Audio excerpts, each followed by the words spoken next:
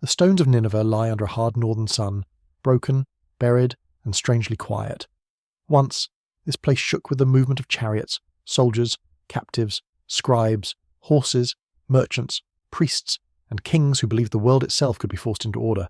Its gates stood massive and guarded, its palaces glittered with carved walls, and its rulers filled their inscriptions with a confidence so sharp it still feels dangerous thousands of years later. They spoke of cities burned, enemies crushed, kings made to kneel, and distant lands brought beneath the shadow of Assyria. Yet what remains now is dust, fragments, foundation lines, scattered reliefs, and the memory of an empire that terrified the ancient world more deeply than almost any power before it. The Assyrians did not invent war, they did not invent kingship, conquest, cruelty, siege, tribute, or imperial ambition. Long before their armies marched across the Near East, cities had already risen and fallen in Mesopotamia, kings had already claimed divine favour, and armies had already dragged captives away from ruined walls. But Assyria made something different out of these older traditions. It gave war a structure, a rhythm, an administration, and a psychological force that was almost modern in its coldness. Fear did not simply follow Assyrian conquest like smoke after fire. Fear became one of the empire's tools. It was sharpened, displayed, recorded, repeated, and sent ahead of the army like a second army moving through rumour. In the lands around them, people learned the name Assyria with unease, to small kingdoms in the Levant, to cities in Syria, to rivals in Babylonia, to mountain peoples on the empire's northern frontiers. The arrival of Assyrian power meant more than a battle. It meant tribute demands, royal messengers, threats written in formal language, and the knowledge that refusal could bring a machine of violence to the gates. A rebellious city might not only lose its ruler, its walls could be torn down, its people deported, its gods taken away, its elite executed, its memory turned into an example. What survives in the record suggests that Assyrian kings wanted enemies to imagine defeat before it happened. A city that surrendered early was more useful than one reduced to ashes. Terror, in that sense, was not random fury. It was policy. And still, the story is not as simple as a savage empire terrifying a peaceful world. That image is too easy, and history is rarely so generous. The Assyrians were also builders, organisers, archivists, engineers, farmers, diplomats, and patrons of art. They created some of the most impressive cities of the ancient Near East. They collected knowledge from conquered lands, maintained huge administrative systems, developed roads and communication networks, and preserved texts that might otherwise have vanished forever. The library of Ashurbanipal, discovered in the ruins of Nineveh, gave the modern world priceless pieces of Mesopotamian literature, science, omen texts, medicine, ritual, and myth. The same empire that carved scenes of torture and conquest into palace walls also preserved the Epic of Gilgamesh. That contradiction is one of the reasons Assyria remains so haunting. Before we go deeper, take a moment to like the video and subscribe, if this is the kind of history and mystery you enjoy. The mystery is not whether Assyria was feared. The evidence for that is overwhelming. The deeper question is why Assyria became so feared, and why that fear endured after its cities were destroyed. Part of the answer lies in the empire's own words. Assyrian kings wanted to be remembered as terrifying. Their inscriptions were not quiet administrative reports. They were public statements of power, carved into stone, placed in palaces, temples, walls, and foundations, meant for gods, elites, foreign envoys, and future rulers. They described campaigns in a language of total domination. They listed enemies flayed, cities burned, captives counted, tribute received, mountains crossed, rivers conquered, and kings humbled. Scholars still debate how literally every detail should be read, because royal inscriptions were also political theatre. They exaggerated, selected, and arranged events to make the king look invincible. Yet even allowing for propaganda, they reveal something essential. Assyrian rulers believed fear was not a shameful byproduct of rule. It was proof that the gods had given them the right to rule. In their worldview, the king was not merely a military commander. He was the servant of the god Ashur, the divine power at the centre of Assyrian identity. Expansion could be framed as sacred duty. Rebellion against Assyria could be cast not only as political resistance, but as disorder against the cosmic order supported by the gods. This gave Assyrian violence a frightening moral certainty. The king did not present himself as a robber crossing borders for wealth. Though wealth certainly mattered, he presented himself as the restorer of order, the punisher of rebels, the shepherd of obedient peoples, and the destroyer of those who refused submission. To modern eyes, this sounds like ideology wrapped around conquest. To Assyrian eyes, it was the world properly arranged. The landscape itself helped shape that mentality. Assyria grew in northern Mesopotamia, not on a safe island of abundance, but in a region open to pressure. To the south lay Babylonia, older, prestigious, wealthy, and culturally powerful. To the north and east rose mountains filled with peoples difficult to control. To the west stretched routes towards Syria, Anatolia, and the Mediterranean. Assyria stood near trade corridors, frontier zones, and rival powers. It could not simply withdraw into isolation. Its survival depended on control of movement, resources, tribute, and defensive depth. over generations. That pressure hardened the state. War became seasonal, then regular, then institutional. Campaigns became part of kingship. A ruler who did not march risked looking weak. A frontier that was not controlled could become a threat. A defeated enemy who was not watched could return. No single explanation fully accounts for the Assyrian transformation. Geography mattered, but geography alone does not create empire. Religion mattered, but religion alone does not build siege ramps. Iron technology mattered, but weapons alone do not explain administration. Royal ambition mattered, but ambition alone cannot feed armies across hundreds of miles. The Assyrian system became feared because many forces joined together military discipline, engineering skill, intelligence gathering. Political propaganda, economic extraction, mass deportation, road networks, brutal punishment, and a culture of kingship that rewarded relentless expansion. The terror came from the combination. Other states could be cruel. Other armies could win battles. Assyria could return again and again, record the rebellion, punish it, move its people, install officials, demand tribute, and then march somewhere else while the system kept working behind the army. The ancient world noticed, in texts from neighbouring peoples, Assyria appears like a storm that cannot easily be reasoned with. Some submitted and survived, some rebelled and paid heavily, some tried alliances, diplomacy, tribute, delay, or appeals to other great powers. But the Assyrians understood the politics of fear so well that they often forced enemies to make terrible calculations before any battle began. A king watching dust rise beyond the horizon had to decide whether honour was worth destruction, whether loyalty to allies was worth the burning of his city, whether resistance would become a heroic memory or a lesson carved into another king's palace wall. Yet the empire's fearsome reputation also hides the lives of those inside it. Assyrian farmers worked fields, craftsmen shaped metal and ivory, scribes pressed signs into clay, women managed households and estates, merchants moved goods through difficult routes, and soldiers carried the burden of a state that demanded constant war. The empire was not made only of kings boasting in stone. It was made of labour, taxes, harvests, horses, wheels, leather, grain, mud brick, fear, obedience, ambition, and exhaustion. Its terrifying image was real, but it was also built on countless ordinary lives pulled into the machinery of conquest. That is what makes Assyria more than a simple tale of cruelty. It was a civilization that understood power in layers. It conquered bodies with armies, cities with siege engines, elites with diplomacy, populations with deportation, and imagination with terror. It created monuments meant to overwhelm the visitor before a word was spoken. It placed scenes of conquest on palace walls so that anyone entering the royal presence walked through a world where the king always won. Its art did not merely decorate power, it instructed people how power should feel. And then, with astonishing speed, it fell. The empire that had made itself the nightmare of the Near East was eventually trapped by the same forces it had used against others' rebellion: coalition, siege, fire, exhaustion, and a memory sharpened by hatred. Nineveh, the city that seemed almost untouchable, was destroyed in 612 BCE by enemies who had learned to fear Assyria and then learned to unite against it. The fall was so dramatic that later generations struggled to imagine the city had ever truly existed on such a scale. Its ruins disappeared into mounds. Its name survived in scripture, legend, and fragments. Its terror outlived its walls.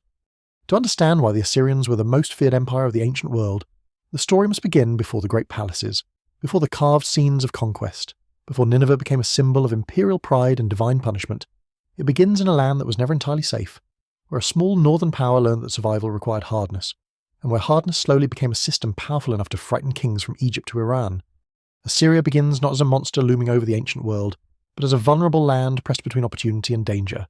Its heart lies in northern Mesopotamia, where the Tigris River cuts through a region of plains, foothills, and routes that lead toward many different worlds.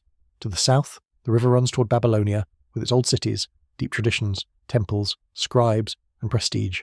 To the north and east, the land rises toward mountains where independent peoples live beyond easy control. To the west, open corridors stretch towards Syria, Anatolia, and the Mediterranean. Anyone who holds this region can trade, tax, defend, and expand. Anyone who fails to hold it can be invaded, isolated, or slowly strangled by rivals. This geography gives Assyria a character unlike the great southern cities of Mesopotamia. Babylonia rests in the broad alluvial lowlands, where agriculture depends on irrigation, canals, and the patient control of water. Assyria, by contrast, has more rainfall in many of its core areas, especially around the upper Tigris and the plains near cities such as Asher, Nineveh, Calhu, and Arbela. Its fields can be productive, but they are not limitless. Its roots are valuable, but exposed. Its frontiers are not protected by a single natural barrier. The mountains offer timber, metals, horses, stone, and enemies. The plains offer grain, roads, and invasion paths. The rivers give life, but they also guide armies. What survives in the record suggests that Assyria learns early that geography does not forgive weakness. The region's position makes trade one of its earliest sources of strength. Long before Assyria becomes a great military empire, Assyrian merchants are moving across long-distance networks, especially toward Anatolia. In the early 2nd millennium BCE, merchants from Ashur established trading colonies far to the northwest, most famously at Kanesh, in what is now central Turkey. They carry textiles and tin, deal in silver, organize credit, write letters, manage partnerships, and create one of the most remarkable commercial archives of the ancient world. Thousands of clay tablets from this network reveal a society already skilled in accounting, contract, negotiation, family business, risk, debt, and movement across foreign lands. This is a lesser-known beginning for an empire later remembered for siege engines and terror.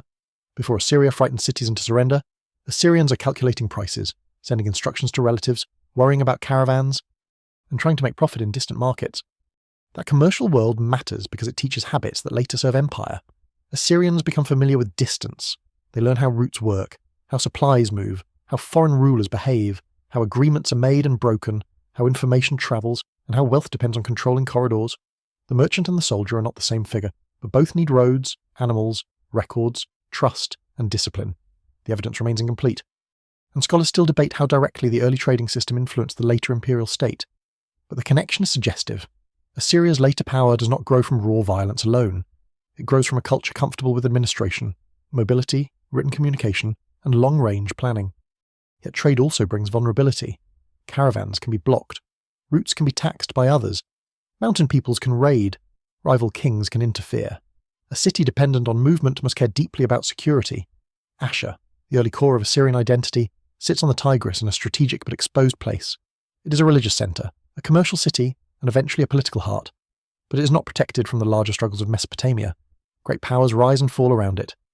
Amorite rulers, Babylonian kings, Mitanni influence, Hittite pressure, Hurrian groups, and other forces shape the world in which Assyria must survive.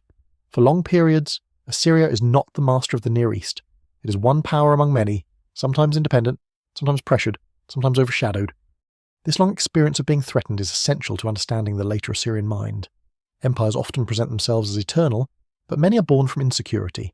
Assyria's rulers inherit memories of danger from every direction. Babylonia is not merely another land to the south, it's a cultural giant, older and more prestigious, with cities whose names carry religious and literary weight. The mountains are not merely scenic borders, they are zones of resistance, supply. And surprise, the west is not merely an empty horizon, it is a corridor of wealth and rivalry, where kingdoms can block Assyrian access to trade and tribute. To rule Assyria is to look outward constantly, because danger rarely stays politely beyond the frontier. Over time, defense and expansion begin to blur. A campaign launched to punish raiders can become a campaign to secure a border. A secured border can become a new province. A new province creates a new frontier farther away. That frontier then requires another campaign. This pattern is not unique to Assyria, but the Assyrians pursue it with extraordinary persistence. Their geography encourages a harsh logic. The safest border is the one pushed beyond the immediate homeland. The trouble is that each push creates another zone of risk. No single explanation fully accounts for the empire's later hunger, but this frontier logic helps explain why Assyrian power so often appears restless. It is not enough to win once. Victory must be repeated, recorded, enforced, and made visible. The natural world also shapes the tools of Assyrian power. Northern Mesopotamia gives access to resources that southern cities often lack, or must import timber from nearby uplands, stone for building and sculpture, metals through trade and conquest, and horses from regions around the northern and eastern frontiers. Horses become increasingly important in Near Eastern warfare, first in chariotry and later in cavalry. The Assyrians do not simply possess these resources by luck, they fight, trade, and organize to secure them. Their military machine grows in conversation with the landscape. Siege engines require timber, relief sculpture requires stone, armies require grain, animals, roads, leather, metal, and specialists. Fear may be the emotion Assyria produces in others, but behind that emotion stands a material world of forests, mines, pastures, fields, and workshops. There is also a psychological geography to Assyria. In the royal imagination, the world beyond the ordered Assyrian centre is often described as difficult, rebellious, mountainous, distant, or chaotic. Kings boast of crossing terrifying terrain, cutting paths through mountains, receiving tribute from remote peoples, and forcing distant lands to acknowledge their authority. These claims are political theatre, but they reveal how Assyrian kings want their world understood. The king is the one who moves outward from the sacred centre, confronts disorder, defeats it, and brings its wealth back home. A mountain is not only a mountain, it is a stage on which royal strength is proven. A rebellious city is not only a political problem, it is a wound in the order the king claims to protect. This helps explain why Assyria's violence could be so performative. A state that sees its borders as constantly threatened and its ruler as divinely responsible for imposing order will not treat rebellion as normal politics. It will treat rebellion as contamination. The punishment must be memorable because the message is meant to travel farther than the army. A city destroyed in one place becomes a warning in another. A defeated ruler displayed in a palace relief becomes evidence that resistance leads not simply to defeat, but to humiliation. Scholars still debate the exact scale of some punishments, because royal inscriptions are shaped by ideology and exaggeration. But the repeated emphasis on exemplary violence shows that Assyria wants fear to move through space the same way trade once moved through space by road, by messenger, by rumour, by memory. The land between enemies therefore becomes more than a setting. It becomes a forge. Assyria's exposed position teaches vigilance, its trade teaches administration, its fields teach dependence on resources beyond the core, its frontiers teach that enemies can return, its southern neighbour teaches cultural ambition and rivalry, its mountains teach the difficulty of control, its roads teach the value of movement.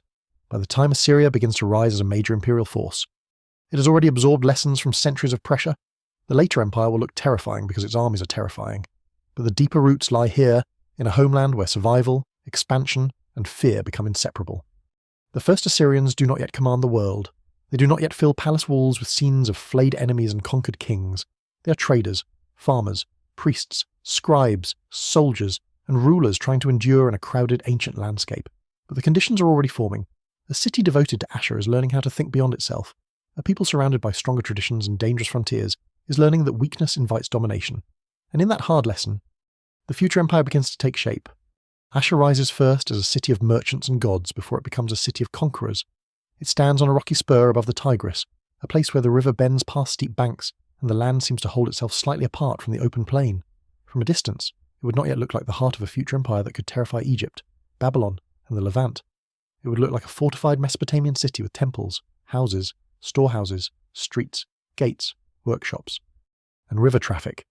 Yet within its walls, something powerful is forming a bond between city, deity, trade, kingship, an identity that will give Assyria its name and its sacred centre. The city's god, Ashur, is not simply one divine figure among many in the local imagination. Over time, Ashur becomes the heart of Assyrian political thought. The land, the people, and the royal mission are tied to him so closely that the distinction between city god and empire begins to blur. Assyria itself takes its name from Ashur. When later kings march to war, they do not present themselves as ambitious men acting alone. They claim to march in the service of Ashur, extending his order into lands that resist. This idea is still only growing in the earlier periods, and the evidence remains incomplete. But what survives in the record suggests that Assyrian kingship develops around a sacred duty that later becomes one of the most dangerous ideologies in the ancient Near East. In the beginning, however, Ashur's strength is commercial as much as military. The city's merchants help connect northern Mesopotamia with Anatolia, Babylonia, and other regions. Their caravans carry goods across difficult distances, and their tablets preserve the ordinary anxieties of ancient business with startling intimacy. They worry about silver, debt, dishonest partners, delayed shipments, family obligations, and political instability. The voices from these tablets are not the voices of imperial terror. They are the voices of people trying to make trade work in a world where roads are long, rulers are unpredictable, and every journey carries risk. This is one of the surprising details in Assyria's early story the empire later known for frightening the world leaves behind. At its roots, a record of careful merchants and family networks. These traders do not create an empire by themselves, but they help create habits of written control. Assyrians become comfortable with contracts, seals, accounts, legal claims, credit arrangements, and correspondence over distance. In a world without telephones, engines, or paper offices, clay tablets become instruments of trust and power. A mark pressed into wet clay can authorize a transaction, remember a debt, or preserve a promise long after the speaker has gone. Later Assyrian kings will rely on scribes in a far more imposing way, using writing to count tribute, track deportees, list horses, record omens, report rebellions, and manage provinces. The administrative mind of empire does not appear out of nowhere. It has older roots in the habits of a trading city. Still, Ashur cannot remain only a merchant community. The political world around it is too unstable. Northern Mesopotamia is pulled between stronger powers, and the city sometimes falls under outside influence. During different periods, it must navigate the ambitions of Amorite dynasties, Babylonian prestige, Hurrian-speaking populations, and the great kingdom of Mitanni. Mitanni, in particular, dominates much of northern Mesopotamia and Syria during the 2nd millennium BCE, and Assyria spends part of its early history living in the shadow of powers that are larger and more confident. This matters because later Assyrian rulers remember independence as something that must be defended with force. An empire that eventually demands submission from others has known what it means to be constrained. When Assyria begins to reassert itself, the process is gradual, uneven, and sometimes fragile. Kings strengthen the city, secure territory, and frame their rule in terms of restoring proper order.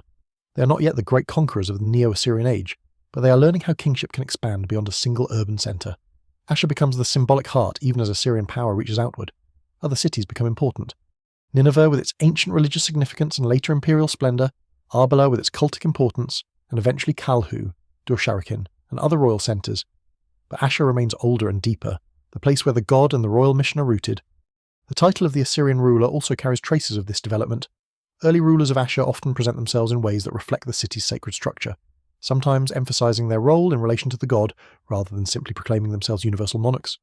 Over time, as Assyrian ambition grows, royal titles become grander and more aggressive. The king becomes the great king, the mighty king, king of the universe, king of Assyria, king of the four quarters. These titles are not modest, and they are not meant to be. They are verbal monuments. They tell every listener that the ruler's authority is not local, temporary, or negotiable. Scholars still debate how such titles were understood by different audiences, but in Assyria they become part of the architecture of intimidation. The city's religion and politics do not stand apart from military life. Temples require offerings, palaces require labour, walls require maintenance, armies require organisation. The king stands at the centre of all these demands, responsible for pleasing the gods, defending the land, punishing enemies, and enriching the homeland. Failure in war is never merely a military problem. It can suggest divine displeasure, royal weakness, or disorder in the world. Success, by contrast, confirms the king's legitimacy. The more often a ruler campaigns, defeats enemies, receives tribute, and dedicates spoils to the gods, the more his authority appears sealed by heaven. This creates a dangerous cycle. War feeds legitimacy, and legitimacy demands more war. Ashur's rise also depends on memory. Mesopotamian cities are places where the past is not easily forgotten. Old temples are rebuilt on sacred foundations. Royal inscriptions are buried in walls for future discovery. Names of earlier kings are remembered, copied, reshaped, and used. The Assyrians inherit a world where kings prove themselves by restoring what is ancient and surpassing what came before. A ruler who builds a temple is not merely constructing a building. He is placing himself inside a chain of sacred time. A ruler who extends borders is not merely gaining land. He is proving that his reign has strength recognized by the gods.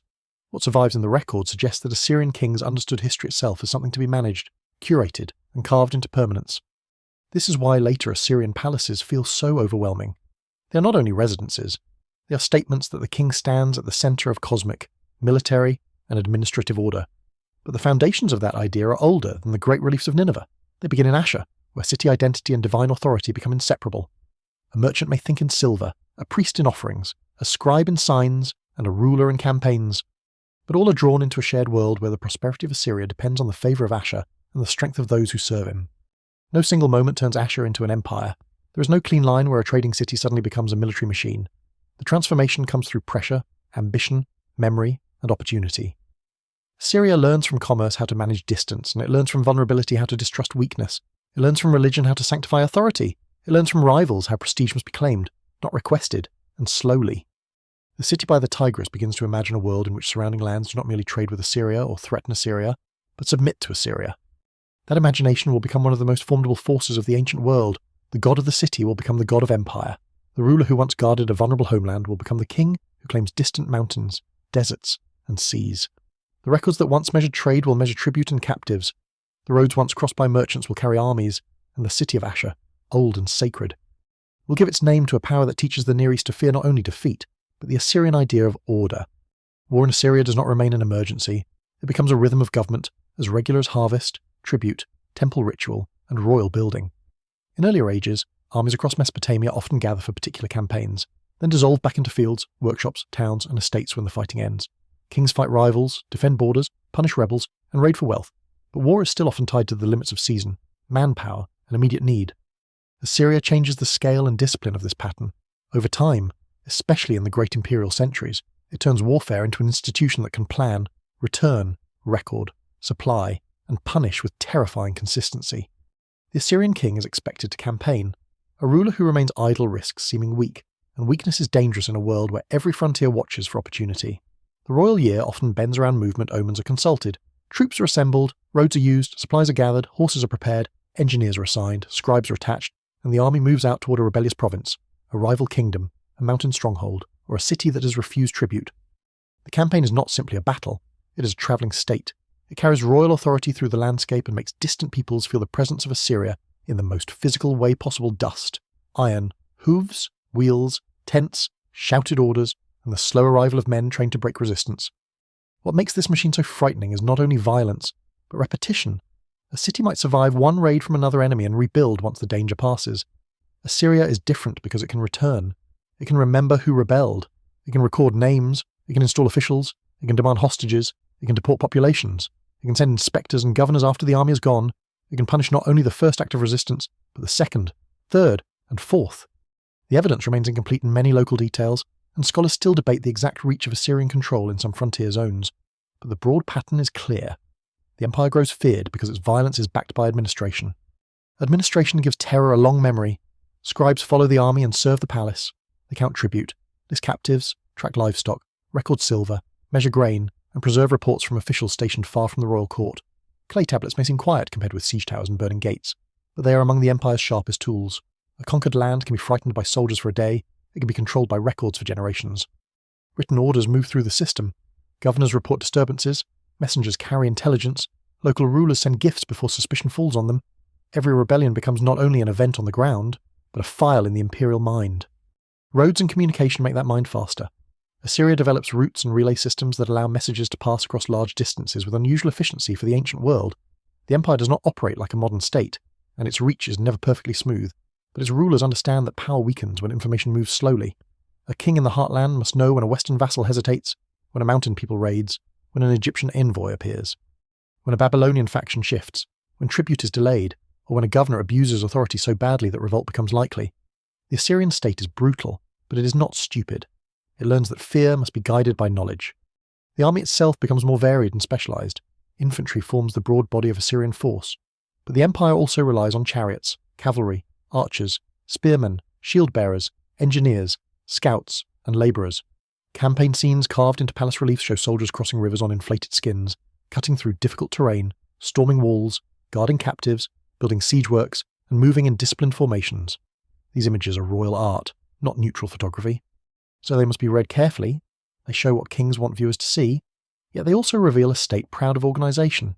Assyrian warfare is not imagined as a chaotic swarm. It is shown as a coordinated act, with each person and tool serving the king's victory. Logistics are one of the less glamorous reasons the Assyrians become so feared. Armies are hungry, horses need fodder, chariots need repair, battering rams need timber and skilled workers, soldiers need water. Campaigns into mountains, deserts, or distant western lands are not won by courage alone. They are won by planning. Grain must be collected, tribute must support movement, storehouses must function, local rulers must provide supplies or suffer for refusing. The Assyrian army can appear suddenly overwhelming because many invisible preparations have already taken place. Behind every dramatic siege is a quieter world of counting, carrying, requisitioning, and forcing the countryside to feed the empire. The empire also learns how to absorb the strength of conquered peoples. Defeated regions provide troops, horses, craftsmen, labourers, and specialists. Some serve under compulsion, others through imperial obligation, and others because local elites adapt to the new order. Assyria is feared by enemies, but it is also capable of using enemies. A land conquered one generation may help conquer another land in the next. This is one of imperial history's colder patterns. Resistance can be turned into manpower. The very people who once stood outside Assyrian control may later build roads, carry supplies, fight in campaigns, or decorate palaces whose walls celebrate the empire that defeated them. Royal campaigns follow a moral script. The king does not describe himself as launching attacks for greed, though the spoils can be immense. He presents himself as responding to rebellion, punishing arrogance, answering divine command, restoring order, or extending rightful rule. This matters because it gives war a legal and sacred tone. Enemies are not merely opponents. They are oath-breakers, rebels, fools who trusted mountains or walls, kings who failed to understand the power of Asher. Such language narrows the space for compromise. A ruler who resists Assyria is not simply making a political calculation. In the Assyrian story, he is placing himself against the order of the world. And yet the system is not invincible. Armies can fail, campaigns can be costly, mountain warfare can be slow and frustrating, Babylonia can rebel again and again, vassals can submit in public and conspire in private. Deportations can reshape populations, but they cannot erase resentment. Officials can become corrupt, ambitious, or ineffective. The Assyrians build one of the most formidable state machines of antiquity, but no machine runs without strain. No single explanation fully accounts for its eventual collapse, yet the very regularity of war helps create exhaustion. A system that must keep moving to appear strong can become trapped by its own momentum. Still, at its height, Assyria makes an impression unlike anything many neighbouring peoples have seen.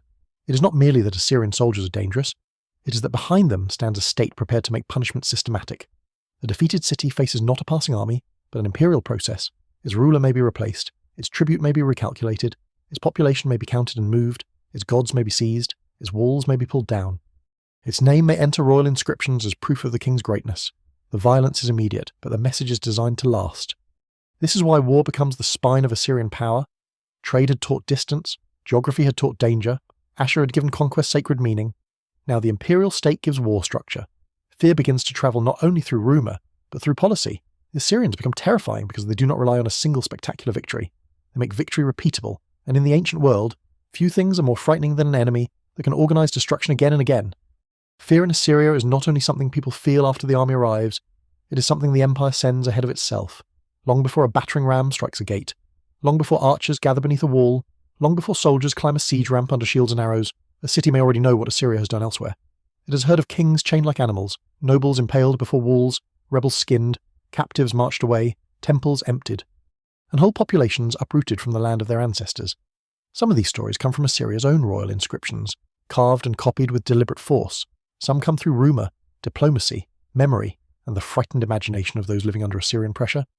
The exact border between event and exaggeration is not always easy to draw, but the purpose is unmistakable. Assyria wants its enemies to picture the price of resistance before resistance begins. This is what makes Assyrian terror so different from simple battlefield cruelty. Many ancient armies loot, kill, burn, and enslave. War in the ancient Near East is rarely gentle. Cities that resist powerful kings often suffer terribly, no matter which empire arrives at the gate. But Assyria turns punishment into communication. Violence becomes a message written on bodies, cities, landscapes, and stone. The punishment of one city is meant for another city that has not yet rebelled. A mutilated enemy is not only a defeated man, he is a warning. A deported population is not only a labour force, it is evidence that the empire can break the bond between people and place. A palace relief showing captives and executions is not only decoration, it is instruction. It teaches viewers what Assyrian power means. The royal inscriptions are central to this psychology. Assyrian kings describe themselves in language that is cold, grand, and intentionally overwhelming. They list punishments with a detail that still shocks modern readers. Cities are destroyed, survivors are counted, leaders are displayed, spoils are carried away, tribute is imposed. These texts are not neutral records. They are official performances, shaped by scribes who know how kings should sound. Scholars still debate how literally every violent claim should be read, because royal inscriptions often compress events, exaggerate scale, and follow established formulas. Yet it would be a mistake to dismiss them as empty boasting. Their brutality is too consistent, too carefully placed, and too politically useful. Even when stylized, they reveal the empire's chosen face.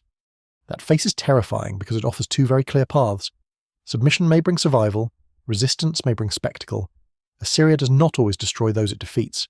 In fact, its empire depends on keeping many cities alive, productive, taxable, and obedient. A ruler who pays tribute, sends gifts, provides troops, and accepts Assyrian superiority may remain on his throne. Local elites often survive by cooperating. Temples may continue, markets may function, fields may be harvested. The empire is not a fire that burns everything it touches, because ashes produce little tribute. This is part of the calculation. Assyrian terror works because it is selective enough to be believable as policy. It does not say that every city will be destroyed. It says that any city can be destroyed if it chooses wrongly. That uncertainty is itself a weapon. A small kingdom facing Assyria cannot know exactly how far punishment will go. Perhaps tribute will be enough. Perhaps hostages will be demanded. Perhaps the king will be removed. Perhaps the capital will be spared. Perhaps the population will be deported. Perhaps rebellion will bring the horrors described on palace walls. This uncertainty forces rulers to imagine the worst. Fear makes them govern themselves in Assyria's interest. It makes them silence factions that want rebellion. It makes them send envoys quickly. It makes them calculate whether help from Egypt, Urartu, Elam, or Babylon will arrive in time. In many cases, fear may have won battles that the Assyrian army never needed to fight. The deportation system intensifies this fear because it attacks something deeper than military defeat. Ancient identity is tied to land, city, gods, ancestors, fields, graves, language, and local memory. To be removed from one's homeland is not simply to change address, it is to be cut from the visible proof of belonging. Assyria uses deportation on a scale that becomes one of the defining features of its empire. Populations from rebellious regions are moved elsewhere. Other groups are settled in their place. Some deportees become agricultural workers, builders, soldiers, craftsmen, or administrators in new locations. The policy has practical goals: reduce rebellion, supply labour, distribute skills, and integrate conquered lands. But psychologically, it is devastating. It tells every subject people that walls can fall, kings can die, and even the land beneath their feet can be taken from them. There is a lesser-known side to this policy that complicates the image of pure destruction. Deportees were not always treated in the same way. Some were skilled artisans or elites moved to serve the imperial economy. Some communities retained parts of their identity in new places. Some individuals rose within Assyrian structures. The evidence remains incomplete and uneven, but it suggests that deportation was not simply mass slaughter by another name. It was a form of forced reorganization. That may make it less visibly dramatic than massacre, but in some ways more frightening. It shows that Assyria's terror was not only about death, it was about rearranging life so thoroughly that resistance became harder to imagine. Public punishment serves a similar purpose. The most extreme penalties described in Assyrian sources are designed to disgrace as well as kill. Rebels are shown or described as stripped of dignity, exposed before others, transformed into examples. Ancient politics depends heavily on honour, rank, lineage, divine favour and public display. To humiliate a ruler before his own people, or before foreign envoys, is to attack the symbolic order that made him powerful. Assyria understands this. A defeated king might be chained, made to serve, shown beneath the Assyrian monarch, or reduced to an object in another ruler's triumph. The message is plain: those who resist Assyria do not merely lose territory, they lose their place in the world. The empire's art strengthens the effect. Palace reliefs do not only show battle scenes, they create an environment where victory surrounds the viewer. A visitor walking through an Assyrian palace passes images of armies crossing rivers, besieging cities, receiving tribute, hunting lions, and punishing enemies. The king appears calm, controlled, larger than ordinary men, supported by gods and officials, master of animals and peoples alike. The reliefs are visual arguments. They say that Assyrian order is total, that the king commands nature and nations, that resistance ends the same way every time. The carved stone does what rumour does, but more permanently. It fixes fear into architecture. Yet Assyrian terror also depends on belief, and belief can be unstable. If enemies believe Assyria cannot be beaten, terror works. If they believe the empire is stretched too thin, aging, divided, or distracted, fear weakens. This is why Assyrian kings must constantly renew the image of invincibility. They campaign, punish, build, boast, and display because the empire's reputation is part of its defence. A single rebellion may be dangerous not only for its own damage, but because it suggests others might rebel too. Fear must be maintained like a wall. Once cracks appear, people begin to test them. No single explanation fully accounts for why Assyrian terror became so famous, but the combination is clear. It was written, carved, repeated, enacted, and administered. It moved through messengers, tribute lists, deportee routes, palace corridors, ruined cities, and frightened memories. It gave the Assyrians a power larger than their armies alone. Even where their soldiers were absent, their reputation could stand in the room. And that reputation was not accidental. It was one of the empire's greatest creations, a shadow cast by kings who understood that the mind of an enemy is a battlefield long before the city gate breaks. The Assyrian kings who turn violence into government do not hide behind their armies. They place themselves at the centre of the spectacle, in their inscriptions, in their palace reliefs, in the arrangement of their capitals, and in the memory they try to leave behind. The king is the force through which Assyria becomes visible. He is hunter, builder, judge, priestly servant of Ashur, commander of armies, receiver of tribute, destroyer of rebels, and protector of order. The empire's fearsome reputation is not created by soldiers alone. It is shaped by rulers who understand that kingship must be seen, heard, feared, and repeated until no enemy can imagine Assyria as merely another kingdom. Among these rulers, Ashur-Nasirpal II stands like a dark threshold. He rules in the 9th century BCE, and his reign marks one of the great transformations in Assyrian power. Earlier kings had campaigned, conquered, and boasted, but Ashur-Nasirpal gives the empire a newly aggressive face. He pushes Assyrian authority outward with relentless campaigns into the west, north, and east. He crushes resistance, demands tribute, and brings wealth back to the heartland. His inscriptions are among the most brutal in the ancient world, full of punishments described with a confidence that can still unsettle the reader. Scholars still debate how much of this language reflects literal event, royal formula, or deliberate exaggeration, but the intended message is not in doubt. Ashur-Nasirpal wants people to know that rebellion against him ends in terror. Yet this same king is also one of Assyria's great builders. At Kalhu, known later as Nimrud, he creates a new royal capital that changes the visual language of empire. The city is not merely a place to live and govern, it is a stage for imperial power. Its palaces are decorated with carved stone reliefs showing campaigns, tribute bearers, sacred beings, royal rituals, and scenes of dominance. The Northwest Palace becomes a kind of permanent proclamation. Anyone entering its halls moves through an Assyrian vision of the world, one in which the king stands close to divine protection. Enemies collapse, and foreign wealth flows into the centre. The palace's architecture is intimidation. The inauguration of Kalhu reveals another side of Assyrian kingship, one less often remembered than its violence. Ashur-Nasirpal holds an enormous celebration, bringing together officials, guests, representatives, and people from across the empire. The event is described in an inscription that lists staggering quantities of food and drink cattle, sheep, birds, wine, beer, grain, fruit, and other provisions prepared for thousands. This detail is surprising because it shows the same state that terrorizes rebels, also mastering abundance and display. A feast can be as political as a battle. It tells elites that the king can feed multitudes, gather distant peoples, command resources, and turn conquest into prosperity. Fear and generosity are not opposites in Assyrian rule. They are different languages of the same power. Ashurnasirpal's son, Shalmaneser III, inherits this expanding machine and drives it across an even wider stage. His reign is long, and his campaigns reach deep into Syria and the Levant, where local kingdoms understand that Assyria is no longer a distant northern danger. It is a force pressing toward the Mediterranean world. Shalmaneser fights coalitions, receives tribute, and records his victories in monuments meant to travel through time, the Black Obelisk. One of the most famous Assyrian monuments shows foreign rulers and tribute bearers approaching the Assyrian king in submission. Its scenes are carefully arranged. They do not show the confusion of diplomacy or the complexity of regional politics. They show the world bending toward Assyria. One image from that monument has echoed for centuries, a ruler from the land of Israel, or his representative, shown bowing before Shalmaneser and bringing tribute. The details are still discussed by scholars, and the monument itself must be understood as Assyrian royal propaganda, but its power is unmistakable. It captures the imperial message in stone. Distant kings may have their own gods, cities, languages, and histories, but before Assyria they become smaller. They arrive carrying wealth. They lower themselves, they acknowledge the centre. The obelisk turns submission into a visible order of the world. These kings build violence not because they are uniquely cruel men in a world of gentle rulers, but because Assyrian kingship increasingly depends on the public proof of domination.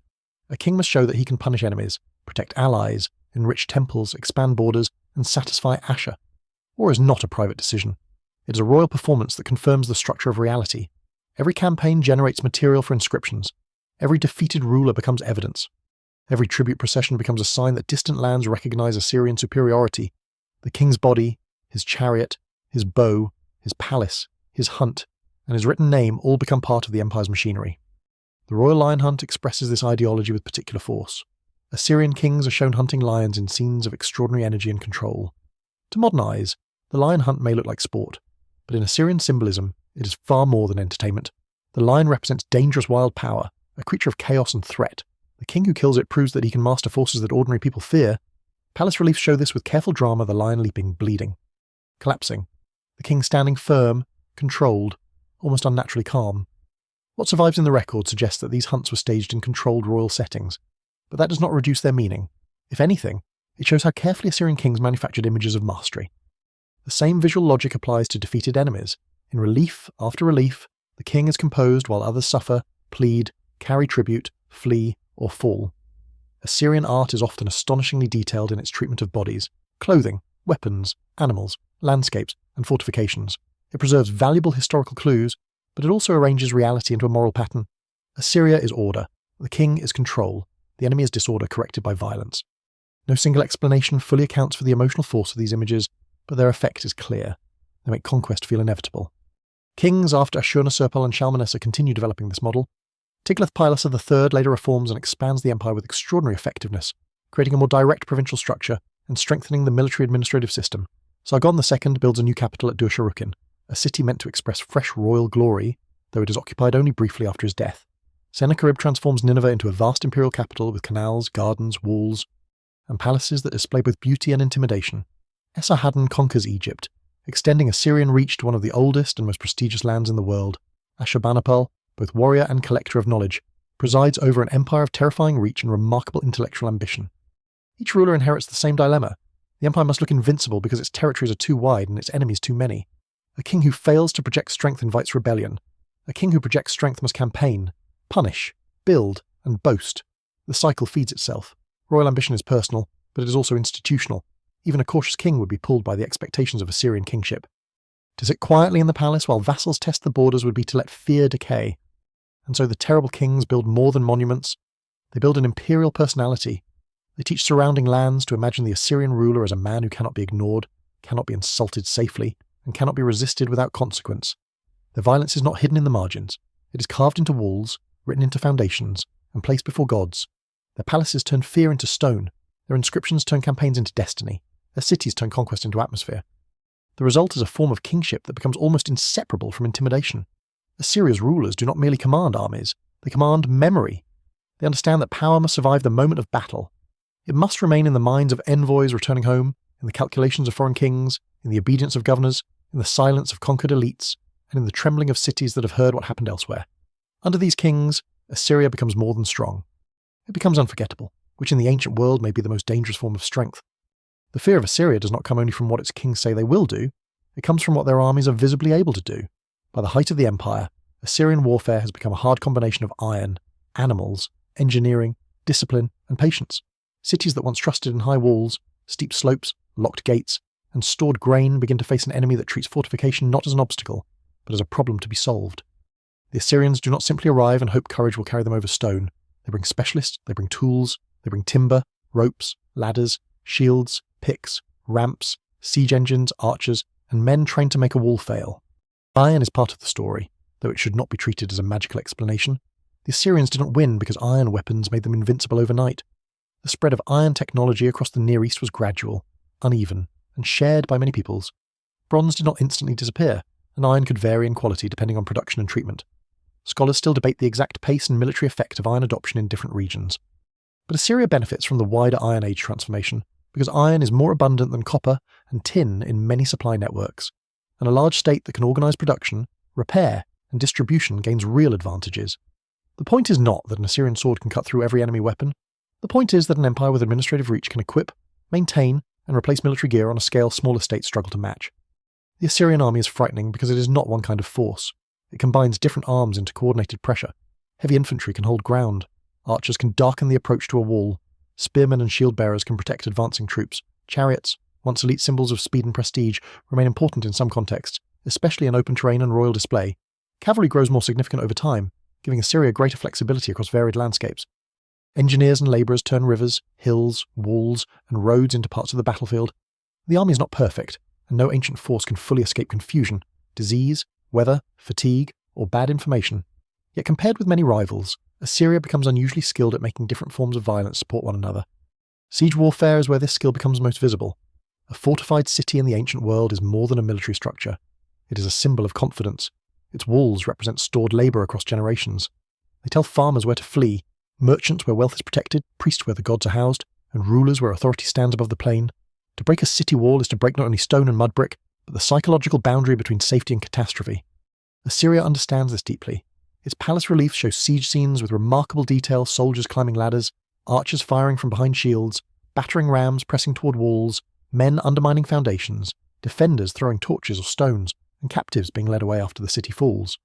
The battering ram becomes one of the most terrifying symbols of Assyrian power. These machines are not simple logs swung by a few men. Assyrian siege engines can be protected by covered frames, sometimes mounted on wheels, with metal-tipped beams driven against gates or walls. Some are shown with towers or protective structures that allow soldiers to approach while shielded from missiles. Defenders try to stop them with fire, chains, stones, and hooks. But Assyrian crews work under cover while archers suppress the walls. Behind this drama stands practical engineering.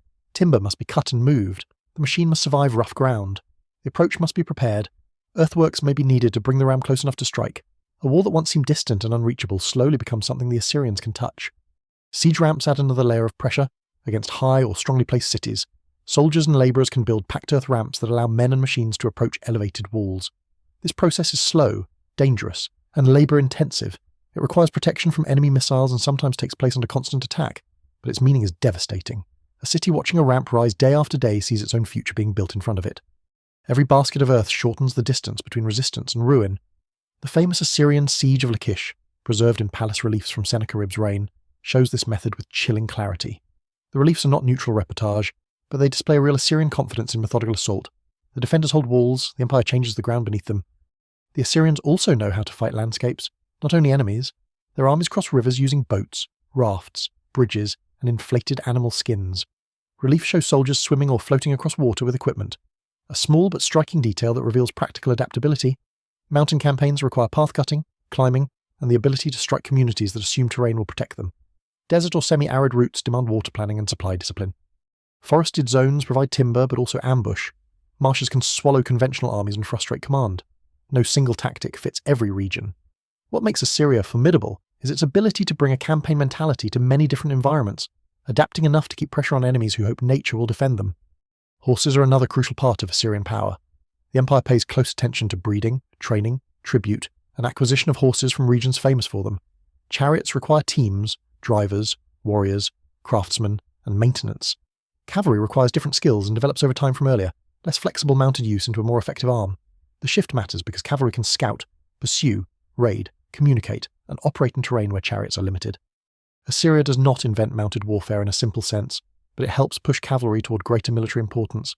A fleeing enemy can be chased, a distant region can be reached more quickly, a battlefield can be watched and shaped by movement.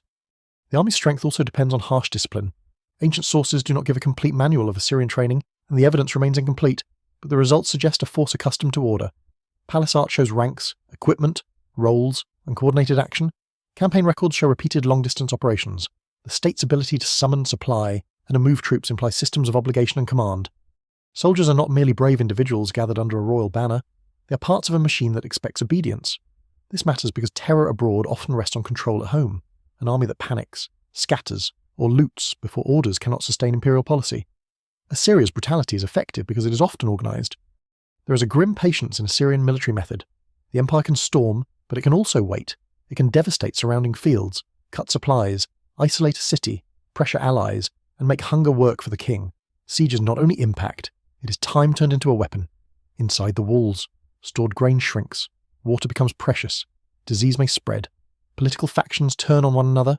The ruler who chose resistance faces the anger of those who must suffer for that choice. Outside, Assyrian soldiers maintain the threat.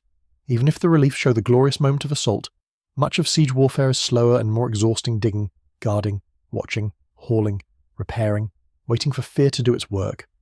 This combination of tools makes Assyria difficult to resist in the usual ways. Walls can be approached, rivers can be crossed, mountains can be climbed, alliances can be broken, horses can pursue, scribes can remember, engineers can turn local materials into weapons, iron can be replaced, troops can be moved.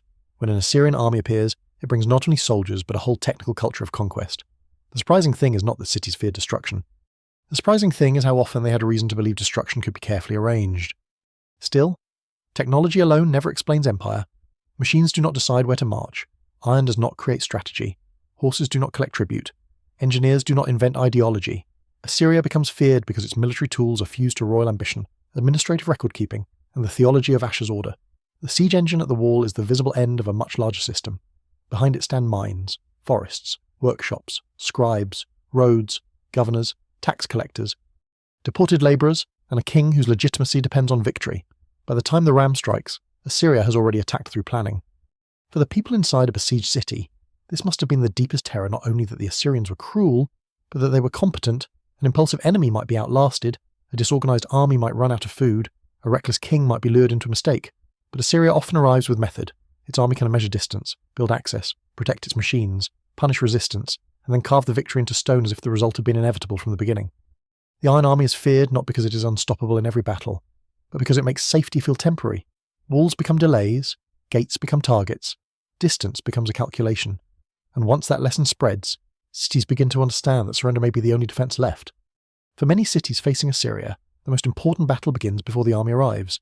It begins in the council rooms, temple courts, palace chambers, and guarded gates where rulers and elders try to decide whether resistance is courage or suicide. By the time Assyrian troops appear on the horizon, stories have already reached the city, envoys have spoken, tribute demands have been delivered, neighbouring kingdoms have been watched carefully. Perhaps a nearby ruler has already submitted and kept his throne. Perhaps another has rebelled and seen his walls torn down. The choice is rarely simple, because surrender can feel like humiliation. But defiance can bring destruction so complete that humiliation begins to look like mercy.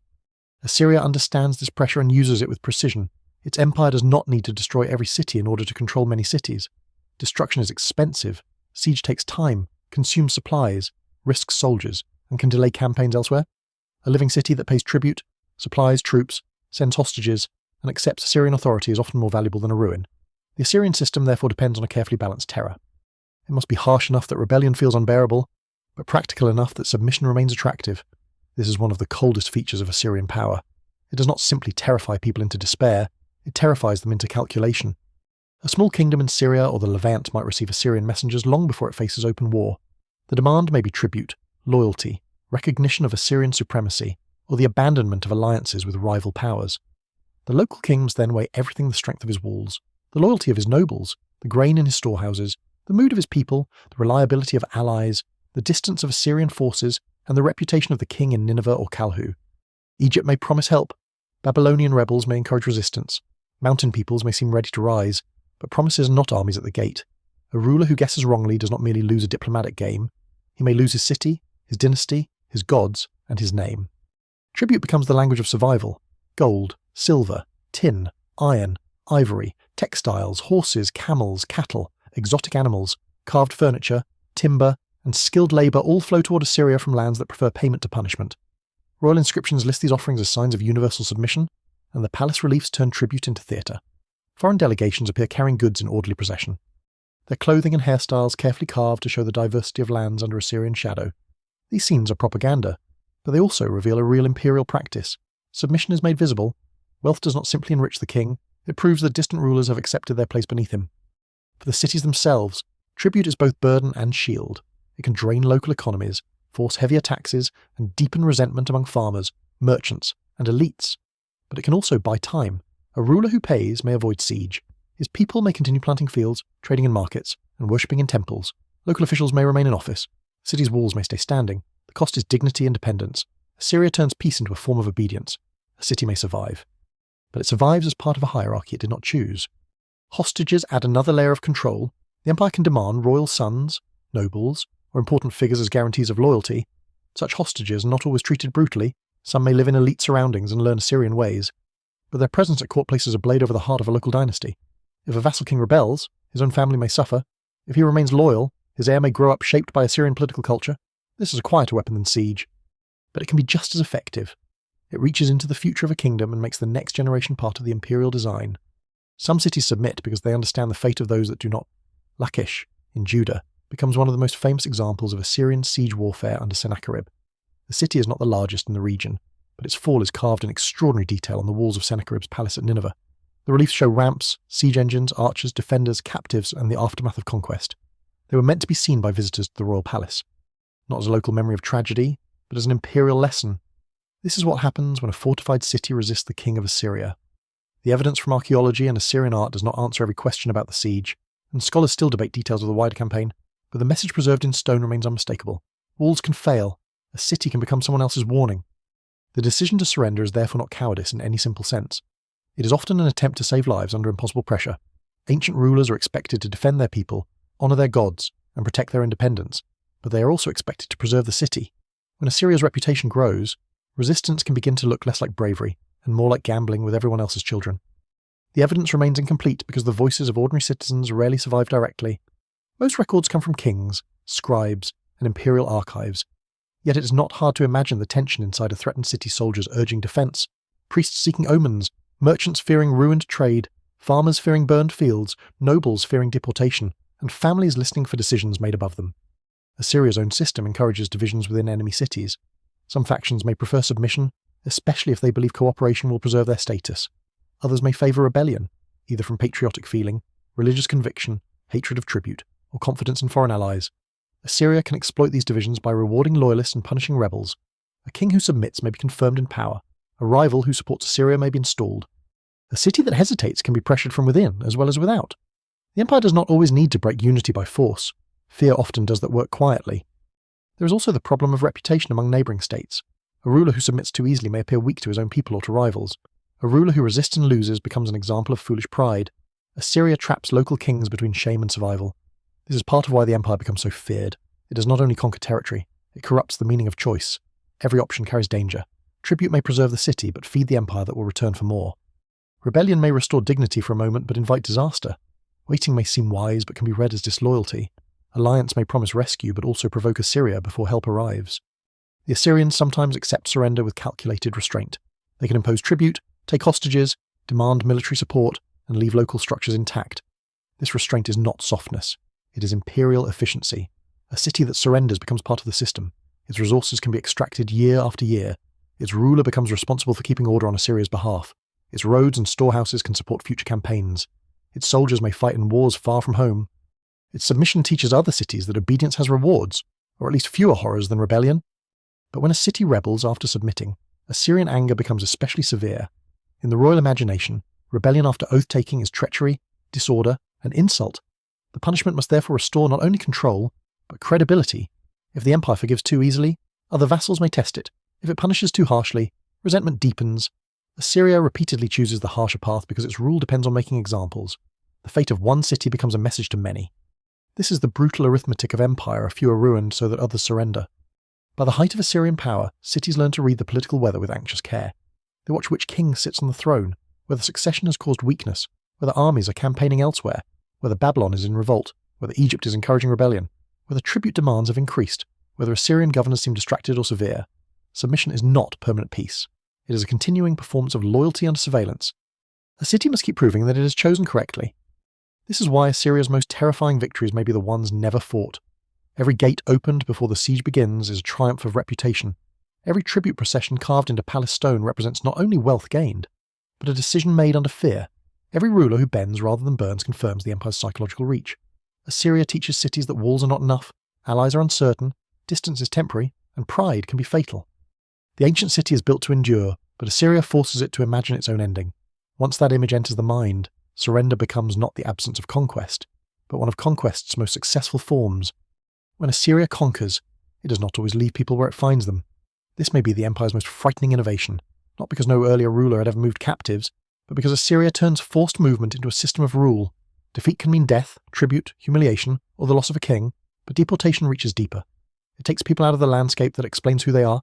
It removes them from fields marked by family labour, from graves that hold ancestors, from temples where gods receive familiar offerings, from city gates where memory has gathered for generations. A wall can be rebuilt after war, a burned storehouse can be filled again, but when a population is uprooted and carried across the empire, the wound is not only physical but is historical. The Assyrians use deportation for practical reasons as well as psychological ones. Rebellion often grows from local networks, families, nobles, temples, soldiers, village leaders, merchants, and memories of independence. If those networks remain intact after defeat, resistance can return. By removing part of a population and replacing it with people from somewhere else, Assyria weakens the old bonds that made rebellion possible. A conquered land becomes less able to organise around its former identity. At the same time, deportees can be used where the empire needs labour, agricultural development, military support, or specialised skills. What survives in the record suggests that Assyrian officials did not think of deportation as chaos, they thought of it as management. That is what makes it so cold. Mass movement is not only the aftermath of rage, it is planned. Scribes count people, officials assign destinations, families, workers, craftsmen, soldiers, and elites are moved through imperial channels. Some are sent to underpopulated areas, some are placed in cities, some are settled on land that needs cultivation. Some skilled artisans are taken to serve royal building projects or enrich the heartland. Others are relocated to regions where their old loyalties mean less, and their labour can be absorbed into the imperial economy. The evidence remains incomplete, and numbers in royal inscriptions can be difficult to assess because kings often exaggerate for effect. But the policy itself is beyond doubt. Assyria repeatedly moves conquered peoples as a deliberate instrument of statecraft. The human experience behind that policy is harder to recover. Royal inscriptions usually count deportees as units of imperial achievement, not as parents, children, elders, or neighbours. A line of text may report that thousands were carried away, but it does not describe the silence of a house abandoned in haste, the confusion of a child too young to understand why the road has no return, the fear of an old person leaving the graves of their dead, or the anger of a farmer forced to walk away from fields planted by his own family. The archive preserves the empire's logic more clearly than the victim's grief. No single explanation fully accounts for what such movement meant to every community. But it is safe to say that deportation changed lives at the level of breath, language, food, worship, labour, and memory. The famous case of the Northern Kingdom of Israel shows how deeply this policy could affect historical memory. In the late 8th century BCE, Assyria conquers Samaria and dismantles the kingdom after years of pressure, tribute, rebellion, and siege. Many inhabitants are deported and other peoples are settled in the region. Later traditions remember this catastrophe through the idea of lost tribes, exile, and broken identity. The full history is complex, and scholars still debate the scale, destinations, and demographic effects of Assyrian deportations in Israel and elsewhere. Not everyone was removed, local populations often remained, and new communities formed through mixture, continuity, and imperial settlement. But the trauma of removal was real enough to echo for centuries. Assyria's policy did not merely change borders, it altered the way people remembered themselves. In another sense, deportation also reveals the empire's dependence on those it conquered. Assyria presents itself as the master of nations, yet its cities, fields, armies, palaces, and workshops increasingly rely on people drawn from many lands. Captives become farmers on imperial estates, builders of canals and walls, makers of luxury goods, servants in elite households, soldiers in auxiliary units, and workers in royal projects. Assyria frightens the world. But it also feeds on the talents of the world. Its greatness is not purely Assyrian in a narrow ethnic sense. The empire becomes a vast forced network of displaced labour and skill, held together by violence, administration, and opportunity unevenly distributed. Some deportees may have found ways to survive, adapt, and even rise within the new order. This is an important complication. Forced migration is not the same as immediate extermination. Assyria often wants deported people alive and productive. Skilled specialists can be valuable, elites can be incorporated, soldiers can be reassigned. families can establish new communities. Over time, languages, customs, and identities may shift in ways that are difficult to trace. The experience is still coercive and traumatic, but it is not a single uniform fate. The record suggests both suffering and integration, both loss and survival. Ancient empires rarely leave room for simple moral categories, even when their cruelty is clear. For Assyria, deportation solves several problems at once. It punishes rebellion by removing those most likely to resist. It prevents defeated cities from easily rebuilding old power structures. It supplies labour where the state wants development. It spreads technical knowledge across the empire. It places foreigners under closer supervision. It fills new capitals and supports massive construction. It also sends a message that no city, tribe, or kingdom can rely on the protection of rootedness. Even if walls stand for generations, even if a people knows every spring and hill around them, Assyria can break the bond between community and place. The policy also changes the empire culturally. As people move, voluntarily or by force, Assyrian cities become more diverse. Languages, clothing styles, gods, foods, crafts, and traditions from many regions enter imperial spaces. Palace reliefs show tribute bearers from different lands with careful attention to appearance, and administrative records reveal a world of many names and origins. This diversity does not mean equality. It is diversity under domination. Yet it helps explain how Assyria can be both brutally centralized and culturally absorbing. The empire does not erase every difference. It classifies, relocates, taxes, uses, and displays difference as proof of its reach. There is a grim irony in this. The more Assyria expands, the more Assyria itself becomes filled with conquered peoples. The imperial heartland is enriched by the very populations the kings claim to dominate. New capitals rise with labour and materials from across the Near East. Royal gardens may contain plants brought from distant regions. Palaces display ivory, metalwork, textiles, and carved luxury objects shaped by wide artistic traditions. The empire's image of total control depends on the movement of people and goods that control itself makes possible. Assyria tries to turn uprooting into order, but forced movement can never fully control memory. Deportees carry stories. They carry resentment, grief, skills, songs, habits, and fragments of home. Settled in new regions, they may adapt, but they do not necessarily forget. Local populations who remain in conquered lands also remember who was taken. The empty spaces left behind become part of the landscape. New settlers arrive with their own memories and losses. Assyrian policy may weaken rebellion in one generation while planting complex identities in the next. Scholars still debate the long-term effects of these population transfers across different regions, but it is clear that Assyria reshaped the human map of the ancient Near East in ways that lasted beyond the empire itself. Deportation is therefore one of the empire's most revealing tools. It shows the Assyrians at their most strategic and most merciless. They are not content simply to defeat armies. They seek to reorder society. They understand that power lies in where people live, who they know, what gods they serve, what language they speak, what land they farm, and what memories they share. By moving populations, Assyria attacks the hidden structures beneath rebellion. It turns geography into punishment and resettlement into administration. For those watching from outside, this makes Assyria especially terrifying. A conquered city might expect tribute. It might expect a new governor. It might even expect executions after rebellion. But the thought of being taken away, of vanishing into the vast machinery of an empire, of becoming a counted group in a royal inscription and a labour force in a foreign land, gives Assyrian conquest a deeper horror. Death ends a life. Deportation can unmake a world while leaving its people alive. And so the empire's reputation grows darker. Cities learn that Assyria does not merely come to take wealth, it comes to rearrange existence. The Assyrian army can break walls, but the Assyrian state can break continuity. It can move the defeated like pieces across a board too large for any small kingdom to see in full. In that power to uproot and replace, to scatter and settle, to punish and use, Assyria becomes more than a conqueror. It becomes an architect of fear written not only in stone, but in the forced journeys of thousands who walk away from home under the eyes of the empire. Nineveh becomes the place where Assyria tries to turn conquest into eternity. Long before it becomes the final symbol of the empire's pride and destruction, the city already has deep roots in northern Mesopotamia. It stands near the Tigris, close to fertile land, roots of movement, and older sacred traditions. But under Sennacherib, in the late 8th and early 7th centuries BCE, Nineveh is transformed on an imperial scale. It is no longer only an ancient city with local importance. It becomes a royal statement, a capital built to make every visitor understand that Assyria has gathered the world into itself. The city's walls rise massively around an expanded urban space. Gates control movement. Palaces stretch across elevated platforms. Canals bring water from distant sources. Gardens, orchards, and cultivated landscapes soften the edges of power while also displaying its reach. Stone reliefs line royal rooms, storehouses, administrative offices, temples, workshops, military quarters, and elite residences form part of the living machinery of the capital. Nineveh is not simply where the king lives. It is where the empire imagines itself as order made visible, water controlled, stone carved, foreign wealth collected, knowledge stored, enemies displayed, gods honoured, and the king placed at the centre of everything. The contrast is almost unsettling. The same empire that burns cities and deports populations also creates environments of extraordinary sophistication. Sennacherib's building works require engineering skill, labour organisation, surveying, stone transport, water management, and administrative planning. His canal systems and aqueduct works, including the famous stone aqueduct at Joan, show the scale of Assyrian ambition beyond the battlefield. Water becomes part of kingship. To bring water across the landscape is to show that the ruler can command nature itself for the glory of the capital. Scholars still debate some details of how specific gardens were arranged, and how later traditions remembered them. But what survives in the record suggests that Assyrian kings wanted their cities to feel like controlled abundance. Nineveh's palaces are filled with images that guide the mind of the visitor. A foreign envoy entering these spaces does not encounter neutral decoration. He walks through scenes of royal triumph, tribute, siege, punishment, hunting, ritual, and divine protection. The walls tell him what kind of world he has entered.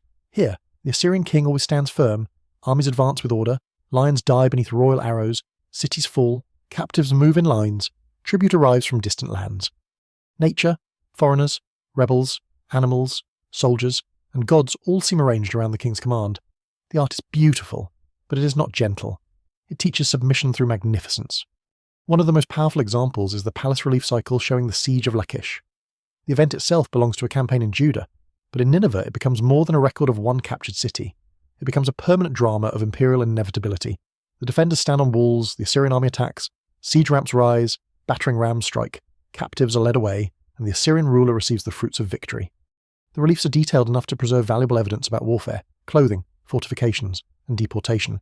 Yet they are also carefully staged propaganda. They are meant to make the viewer feel that Assyrian power is methodical, patient, and impossible to escape. A city in Judah becomes a lesson carved in the heart of Assyria.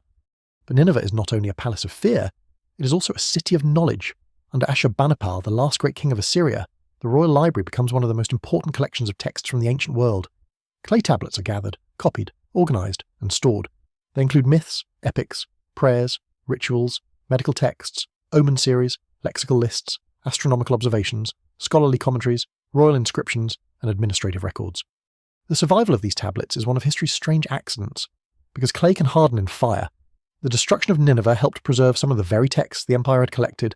A burning city became, in a bitter way, an archive. Ashurbanipal presents himself not only as a warrior but as a learned king. He claims mastery of scribal arts, a rare and important royal image. Most kings command scribes. Ashurbanipal wants to be seen as one who understands their knowledge. This does not make him less violent. His campaigns against Elam are described and depicted with the same brutal confidence found elsewhere in Assyrian tradition. Yet his intellectual self-image shows how Assyria's imperial mind works. To rule the world is not only to defeat armies, it is to collect signs, omens, languages, rituals, histories, and the wisdom of older civilizations. Knowledge itself becomes tribute. This is one of the deep contradictions of Assyria. Its kings destroy cities, but they also preserve the writings of cities. They deport peoples, but they also move skills and traditions across regions. They humiliate enemies, but they study the gods, omens, and texts of lands beyond their core. The empire is violent not because it lacks complexity, but because its complexity serves power. Assyrian learning is not a peaceful alternative to conquest. It often belongs to the same structure. Omens guide campaigns, rituals protect the king, scholars interpret signs for political decisions, archives support administration. Texts from Babylonia are collected partly because Babylonian culture carries immense prestige. Assyria conquers, but it also borrows, absorbs, copies, and claims. Nineveh's imperial mind is therefore both practical and symbolic. It wants information from governors, tribute from vassals, signs from the heavens, loyalty from officials, labour from deportees, luxury from foreign lands, and memory from the past. It classifies the world so that the world can be ruled. Reports from distant provinces tell the palace where trouble may be forming. Letters warn of rebellion, famine, border movement, or diplomatic shifts. Omen texts help interpret eclipses, storms, animal births, and celestial patterns. Administrative tablets keep the machinery running. Palace art turns selected events into permanent messages. In Nineveh, violence, beauty, knowledge, and bureaucracy gather in one place. The city must have felt overwhelming to those brought there by force. Deportees may have seen walls larger than anything in their home cities, palaces filled with strange carved scenes, officials speaking languages they did not know, scribes pressing records into clay, soldiers from many lands, goods from distant regions, animals in royal parks, and temples dedicated to gods whose names carried imperial weight. Nineveh was designed to make the individual feel small. That smallness was political. The capital showed that Assyria was not merely an army passing through. It was a world with its own gravity. Yet the grandeur also concealed danger.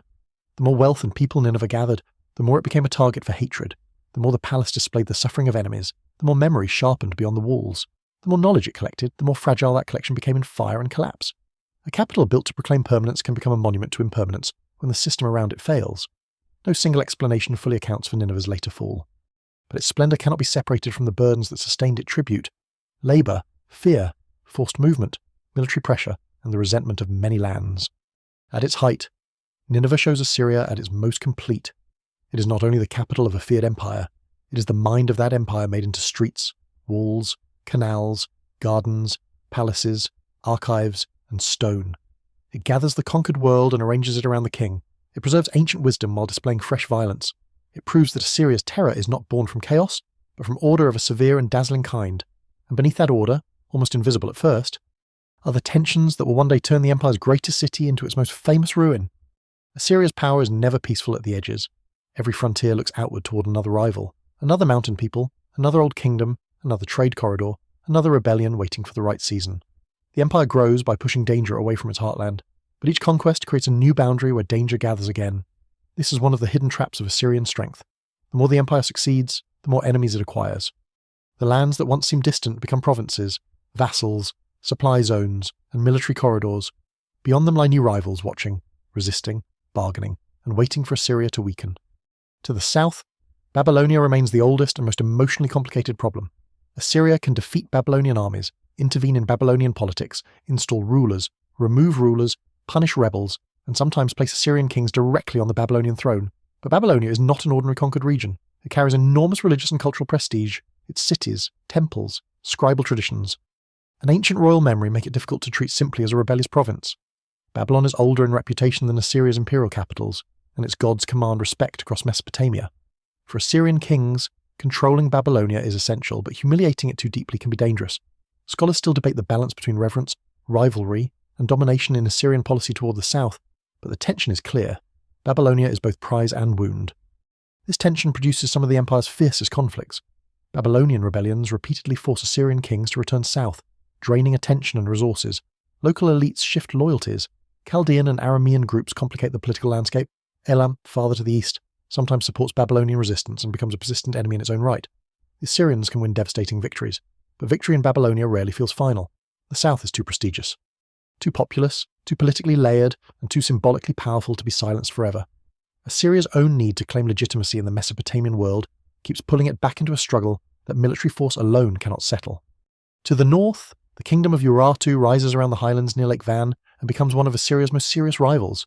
Urartu is not a minor frontier nuisance. It is organised, ambitious, and able to challenge Assyrian influence across the mountains and northern routes. Its fortresses, irrigation works, and military presence show a state capable of long-term planning.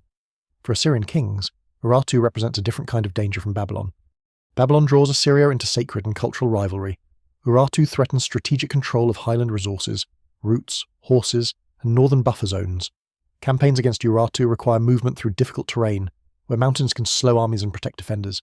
Assyria may boast of crossing peaks and breaking resistance, but the geography itself resists easy conquest. The mountainous frontier also contains many smaller peoples who are difficult to control permanently. Assyrian inscriptions often present these lands as wild, remote, and rebellious, places where kings must cut paths, cross rivers, climb heights, and drag order into resistant landscapes.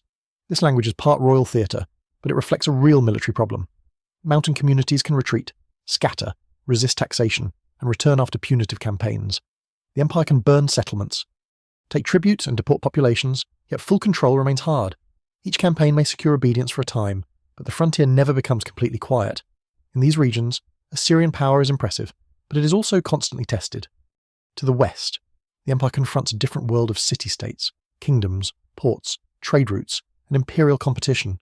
Syria and the Levant offer wealth, timber, metals, horses, skilled craftsmen, and access toward the Mediterranean.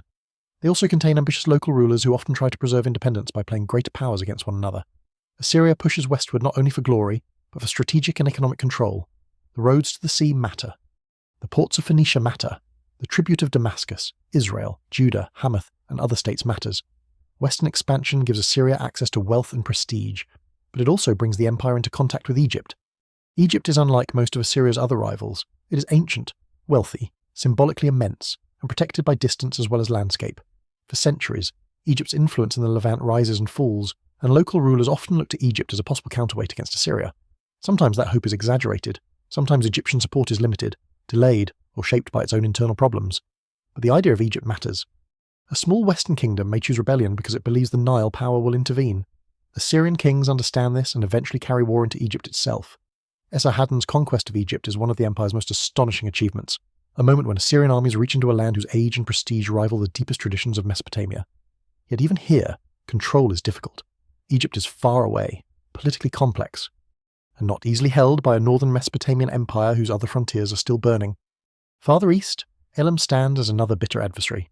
Located in the region of southwestern Iran, Elam has its own ancient traditions and long history of rivalry with Mesopotamian powers. It repeatedly becomes entangled in Babylonian politics, sometimes sheltering or supporting anti-Assyrian figures. For Assyria, Elam represents both a military enemy and a source of frustration because its terrain, political networks, and distance make permanent dominance difficult. Ashurbanipal's campaigns against Elam are remembered through especially brutal Assyrian imagery and inscriptions, including scenes of destruction meant to show that even this old rival can be broken. Yet the intensity of Assyrian representation suggests how serious the struggle had been. Empires often speak most violently about enemies they cannot easily dismiss. These many frontiers create a world in which Assyria must constantly prioritize. If the king campaigns in the west, Babylonia may become unstable. If he focuses on Babylonia, northern enemies may test the mountains. If Urartu becomes dangerous, western vassals may wonder whether Assyria is distracted. If Egypt encourages rebellion, Levantine kings may stop paying tribute. If succession at home becomes uncertain, every frontier hears the rumour. The empire's terror depends on the illusion that Assyria can be everywhere, but geography keeps proving otherwise. Even the most disciplined army cannot stand on every road at once. This is why intelligence, messengers, and loyal governors matter so much. Assyria tries to stretch the king's awareness across impossible distances. Reports flow inward, orders flow outward, tribute confirms loyalty, delays suggest trouble. Marriage alliances, hostages, diplomatic messages, and gifts all become part of frontier management. The empire is not simply fighting battles, it is managing probabilities. Where is rebellion likely? Which vassal is secretly negotiating with Egypt? Which mountain ruler is withholding tribute? Which Babylonian faction is preparing to invite Elamite support? What survives in the record suggests a political world of constant watching, where fear keeps many rulers obedient but never entirely trustworthy. The burden on Assyrian kings is immense. Royal ideology says the king is mighty, chosen, unstoppable, and supported by Ashur. Reality says he has limited time, limited troops, limited supplies, and too many enemies. This gap between ideology and reality is dangerous. To admit limits would weaken the aura of terror. To ignore limits risks disaster. So Assyrian kings often respond by escalating more campaigns, harsher punishments, larger deportations, grander building projects, stronger claims of universal rule. The empire becomes brilliant at projecting control, but projection requires energy. Every victory must be followed by another victory to keep the image alive. No single enemy destroys Assyria at its height. The deeper problem is accumulation.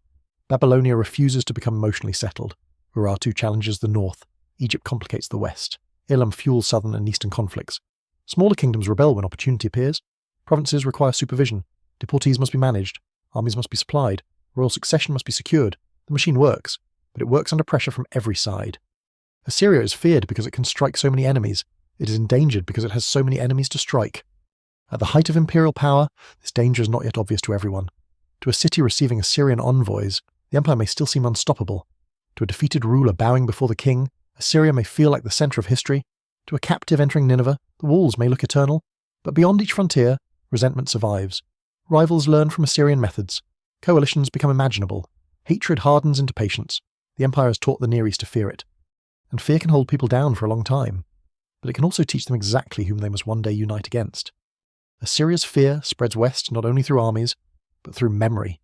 In the Levant, the empire becomes more than a foreign power demanding tribute. It becomes a force that enters the imagination of small kingdoms living between larger worlds. Israel, Judah, Damascus, Hamath, the Phoenician cities, Philistine cities, and other states along the eastern Mediterranean coast all know the old danger of geography. They sit on roads where empires pass.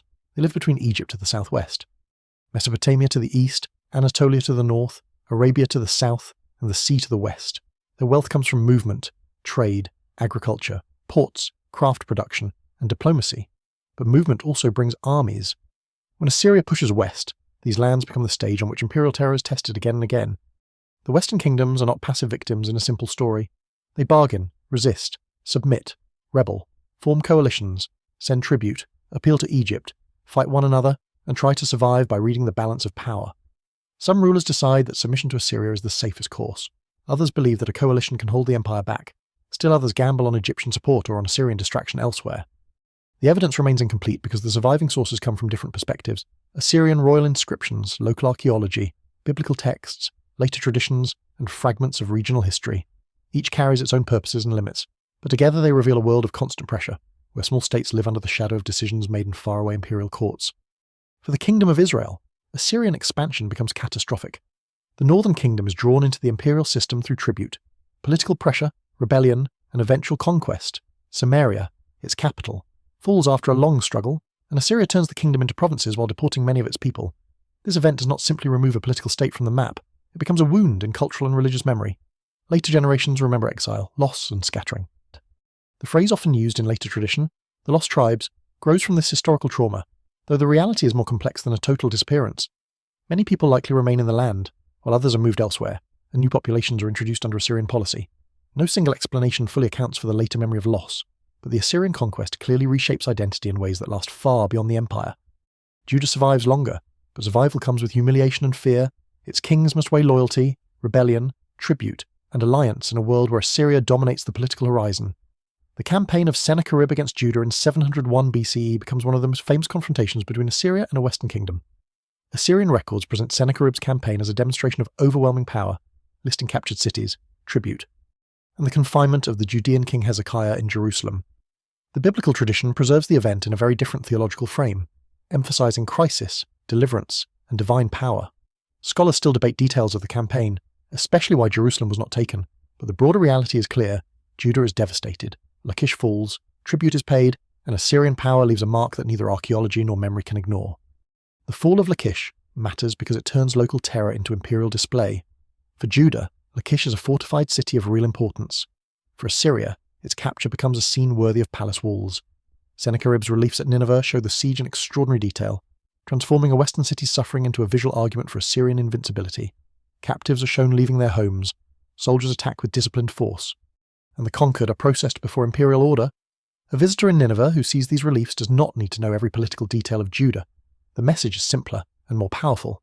Even fortified cities far from the Assyrian heartland can be reached, broken, and remembered in stone. Phoenician cities experience Assyrian pressure in a different but equally revealing way. Cities such as Tyre, Sidon, Byblos, and others are maritime, commercial, wealthy, and deeply connected to Mediterranean trade.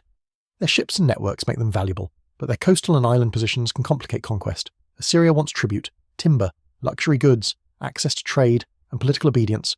Phoenician rulers often submit, rebel, submit again, or maneuver between Assyria and Egypt. The situation shows that Assyrian fear is not always expressed through immediate annihilation. Sometimes it functions as a hand around commerce, ports can be taxed, rulers can be replaced, mainland territories can be seized, and trade can be forced into imperial channels. The sea gives options, but not freedom from pressure. Damascus and the Aramean kingdoms also feel the weight of Assyrian expansion. Aramean states are culturally and politically important across Syria and Mesopotamia, and their interactions with Assyria range from resistance to incorporation. Over time, Aramaic becomes increasingly widespread as a language of communication across the empire and beyond. This is one of history's quieter ironies. Assyria conquers Aramean lands, yet Aramaic spreads widely through imperial administration, deportation, and communication networks. The feared empire unintentionally helps elevate a language that will outlive it by centuries. What survives in the record suggests that conquest often moves culture in directions rulers do not fully control. The Western world also learns Assyria through religion. In biblical texts, Assyria becomes a symbol of divine judgment, imperial arrogance, violence, and eventual downfall. These writings are not neutral political reports. They are theological interpretations shaped by crisis, survival, and memory. Yet they preserve how deeply Assyria entered the consciousness of peoples who suffered under its power. Assyria appears as an instrument of punishment, a rod of anger, a proud empire destined to be humbled, a city of blood, a force so terrible that its fall becomes a sign that no earthly power is beyond judgment. Even after Assyrian kings vanish, this moral memory continues. The empire's reputation survives not only in ruins and inscriptions, but in sacred literature read by later generations across the world. This Western memory differs from Assyria's own self-image. Assyrian kings carve themselves as restorers of order, servants of Ashur, punishers of rebels, and masters of chaos. Biblical and local traditions often remember them as arrogant oppressors, agents of devastation, or examples of imperial pride. Neither perspective is complete by itself. Assyrian sources justify conquest through royal ideology. Victim traditions interpret suffering through their own frameworks of meaning. Archaeology adds burned gates, siege ramps, destruction layers, administrative changes, population shifts, and material traces that do not speak in royal language. To approach the truth, these fragments must be held together, even when they do not fit perfectly. The fear Assyria spreads westward is therefore both immediate and long-lasting. Immediate fear belongs to the ruler deciding whether to pay tribute, the soldier waiting on a wall, the farmer seeing smoke from a nearby town, the family hearing that deportees are being assembled, the priest wondering whether temple treasures will be carried away, and the envoy walking into an Assyrian camp with gifts he hopes will be enough. Long-lasting fear belongs to memory stories of cities lost. Kingdoms ended, gods challenged, people scattered, and arrogant kings brought down in turn. Assyria enters the Western imagination as a warning about power itself. There is a lesser-known consequence in the realm of political thought. Assyrian domination forces small kingdoms to think beyond local rivalry. Their survival depends on international calculation, Egypt's intentions, Babylon's unrest, Assyrian succession, trade routes, tribute obligations, military timing, and the reliability of neighbours. The empire makes the Levant more intensely connected to the politics of the whole Near East. A decision made in Nineveh can determine the fate of a hill country town. A rebellion in Babylon can inspire hope in a coastal city. A promise from Egypt can encourage disaster. Assyria turns the region into a web of anxious intelligence. Yet the West is not simply crushed into silence. It remembers, adapts, and preserves its own meanings. Some communities survive under Assyrian rule. Some elites cooperate and continue local administration. Some cultural traditions endure beneath imperial pressure. Some memories of destruction become part of religious identity. Some material forms change as Assyrian influence spreads through art, administration, military practice, and diplomacy. The empire is feared, but it does not erase everything it touches. Its rule creates mixtures of submission and resistance, trauma and adaptation, loss and continuity. By the time Assyria's reputation reaches its height, Western rulers know that the empire's power is not only measured in miles marched or cities taken. It is measured in the way people speak before it arrives. It is in the tribute prepared before a siege, the alliances formed in secret, the prayers spoken in threatened temples, the stories told after deportation, and the moral language used to explain catastrophe. Assyria becomes the empire that teaches small kingdoms how fragile independence can be. It also teaches them that even the most terrifying power can one day fall. For the West, the Assyrian shadow is not simply darkness. It is a memory of survival under a sky dominated by someone else's empire. The strongest empires often begin to crack while they still appear unbreakable. Assyria at its height seems almost too powerful to imagine in ruins. Its armies move from the mountains to Egypt, from Babylon to the Mediterranean, from rebellious cities to distant frontiers where kings hurry to send tribute before the storm reaches them. Its palaces glitter with stolen and commissioned wealth. Its scribes gather reports from every direction. Its reliefs carve victory into stone so confidently that defeat appears impossible. Yet beneath this surface of command, pressures are gathering. Assyria's strength is real, but it is not weightless. Every campaign, every deportation, every siege, every province, every vassal, every road, every governor, every frightened frontier adds mass to the imperial structure.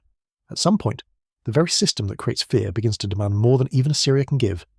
One of the deepest weaknesses lies in the problem of succession.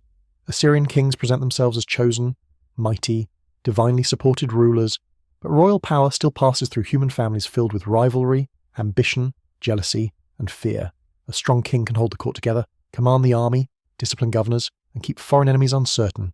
But when the throne becomes contested, all the empire watches, princes compete, court factions form.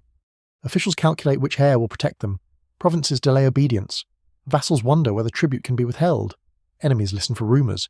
In a state built on the image of unstoppable authority, even a brief uncertainty at the centre can echo across the frontiers.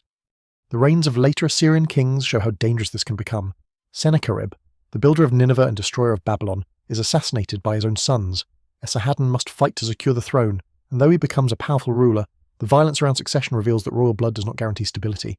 Ashurbanipal inherits an empire that still appears vast and formidable, but his reign is marked by a devastating conflict with his brother Shamash-Shumukin, whom Esarhaddon had placed on the throne of Babylon.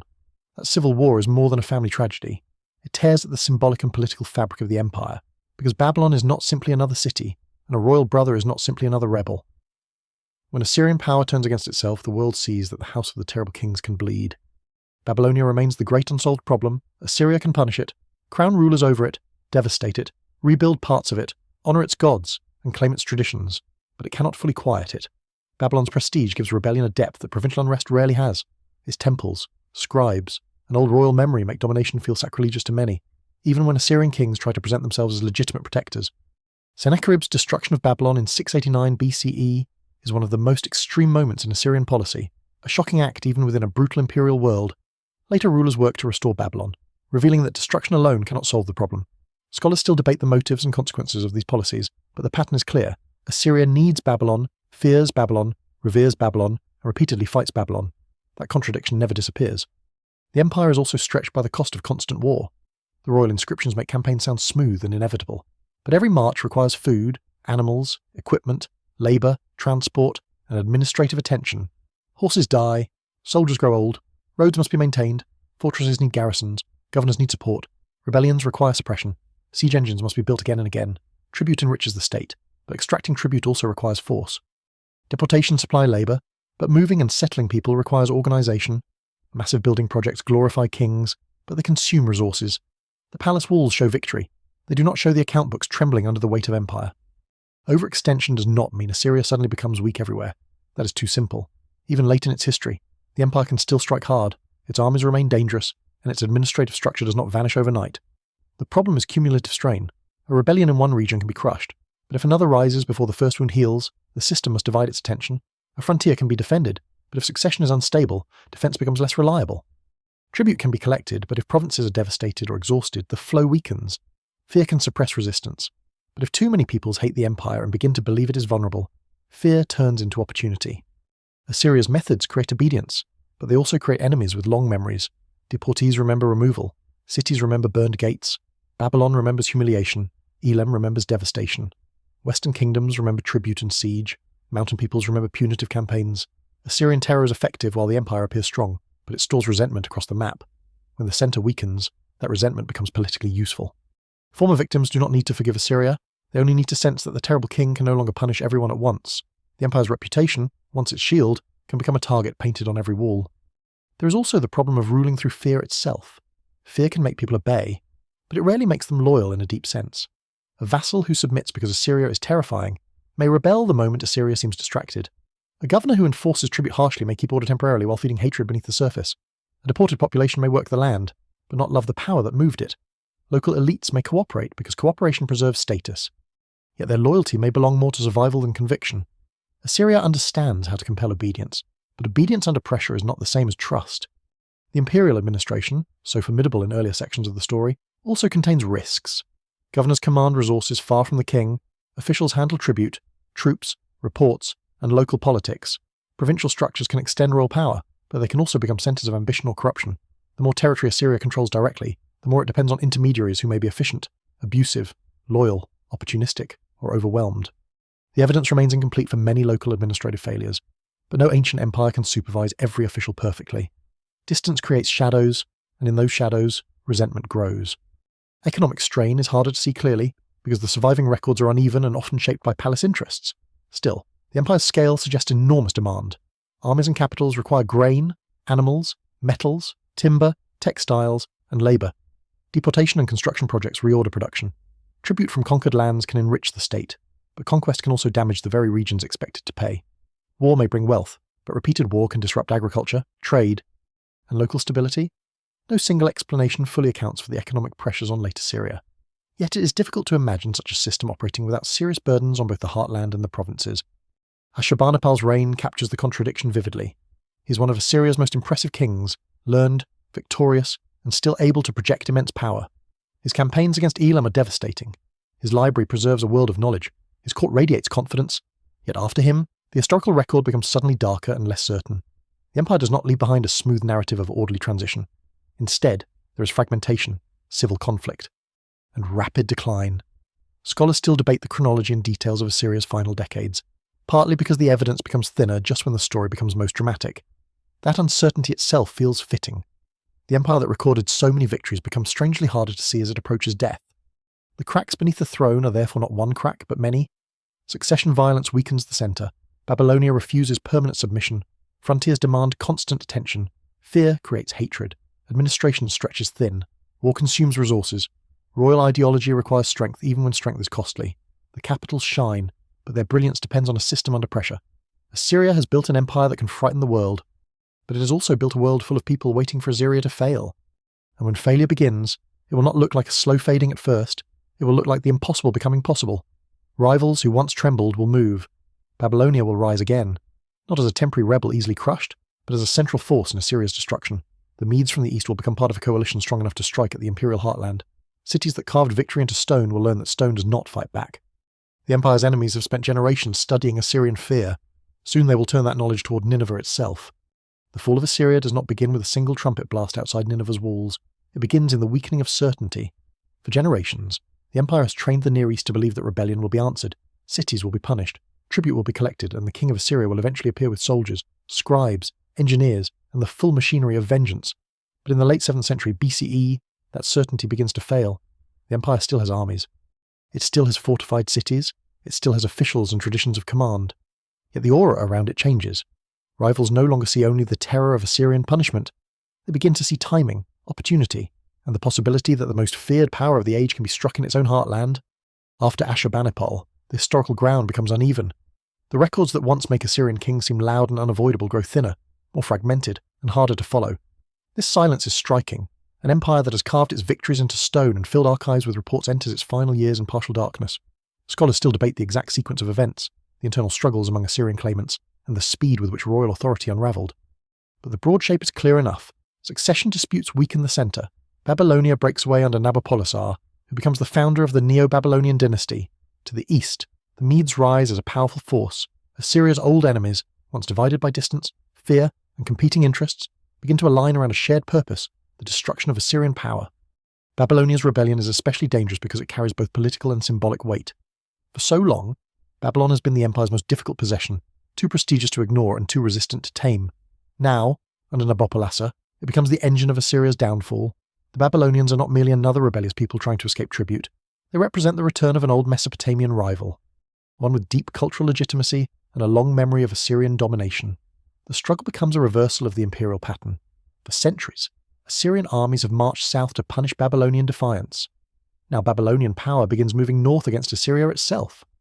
The Medes add another dimension, emerging from the Iranian plateau and surrounding regions. They are not easy to define from the surviving evidence, and scholars still debate the structure and cohesion of Median power in this period. The sources are incomplete and sometimes filtered through later traditions. Yet by the final Assyrian crisis, the Medes clearly matter. Their participation gives the anti-Assyrian coalition a reach and force that Assyria can no longer dismiss.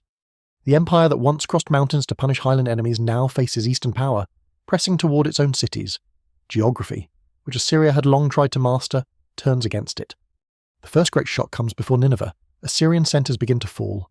Ashur, the ancient sacred city, the old heart from which Assyria took its name, is captured in 614 BCE. This is more than a military defeat. It is a symbolic wound of immense force. Ashur is not merely another city on the map. It is the ancestral centre, the city of the god, the place where Assyrian identity is rooted. For enemies of Assyria, its fall must have carried the force of justice, revenge, and disbelief. For Assyrians, it must have seemed like the order of the world cracking beneath their feet. What survives in the record suggests that the fall of Ashur was devastating, though many human details remain lost. The city that had given sacred meaning to conquest now suffers conquest itself.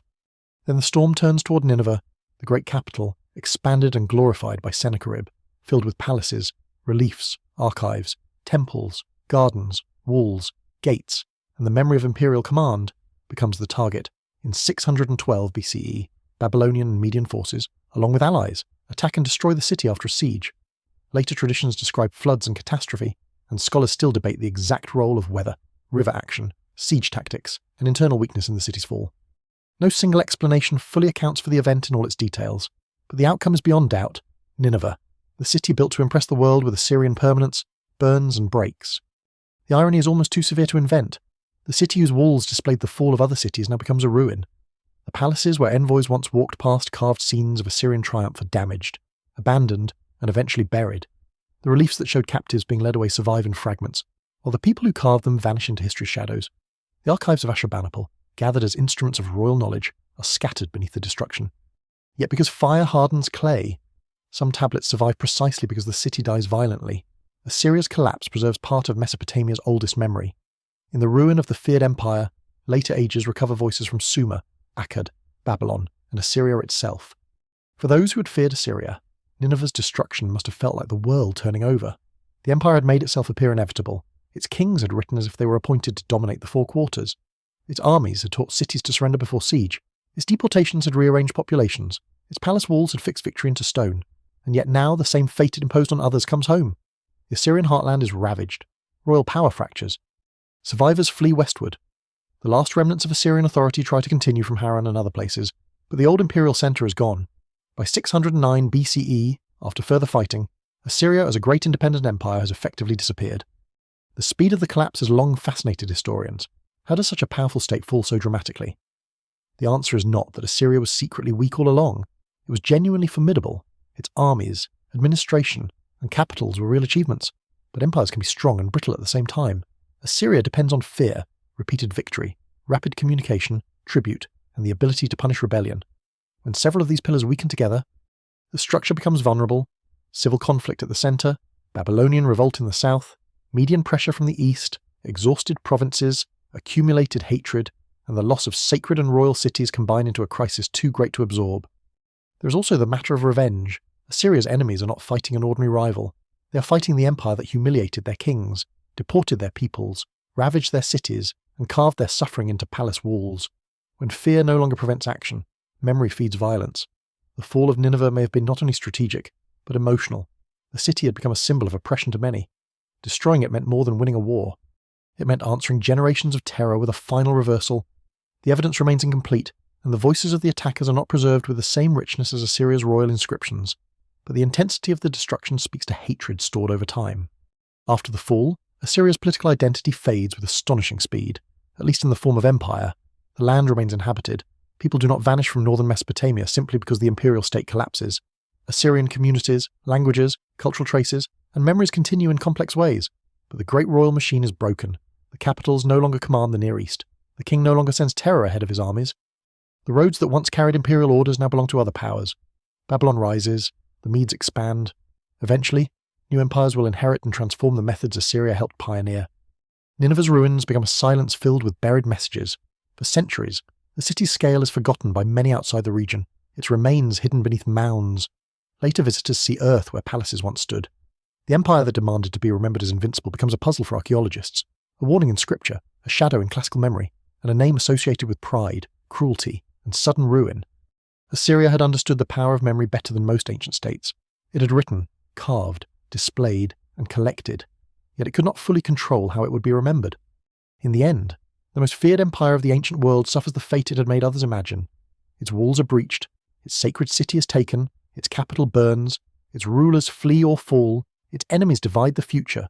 The stone reliefs remain, but the living system behind them is gone.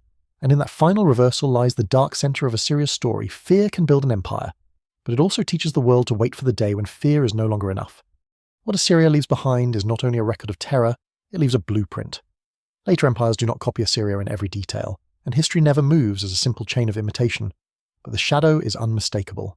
The Neo-Babylonian kingdom, the Persian Empire, Hellenistic rulers, Roman administrators, and many later powers inherit a world in which Assyria has already demonstrated what large-scale imperial rule can look like. Roads, provincial government, military logistics, royal propaganda, deportation, tribute, intelligence networks, monumental capitals, and the deliberate performance of kingship all appear in different forms after Assyria. Some of these practices have older roots, but Assyria binds them together with unusual intensity. It shows that an empire can be more than a king conquering cities one at a time. It can be a system that remembers, moves, counts, punishes, and displays. The Persian Empire, which rises after the Neo-Babylonian period and expands across an even greater territory, often receives admiration for its administrative sophistication, tolerance, road systems, and imperial organization. That reputation is not undeserved, but Persia does not emerge into an empty world. It inherits the lessons of earlier Near Eastern empires, including Assyria.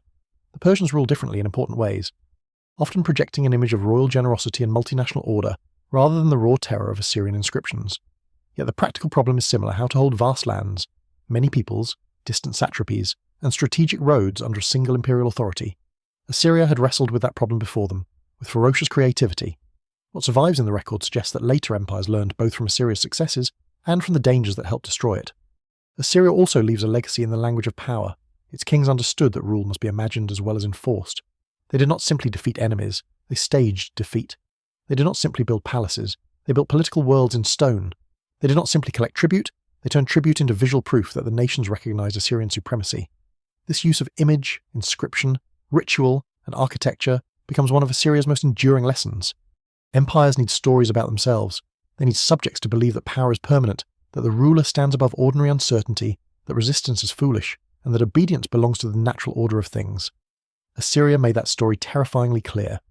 Its artistic legacy is equally striking. Assyrian relief sculpture remains among the most powerful visual traditions of the ancient Near East.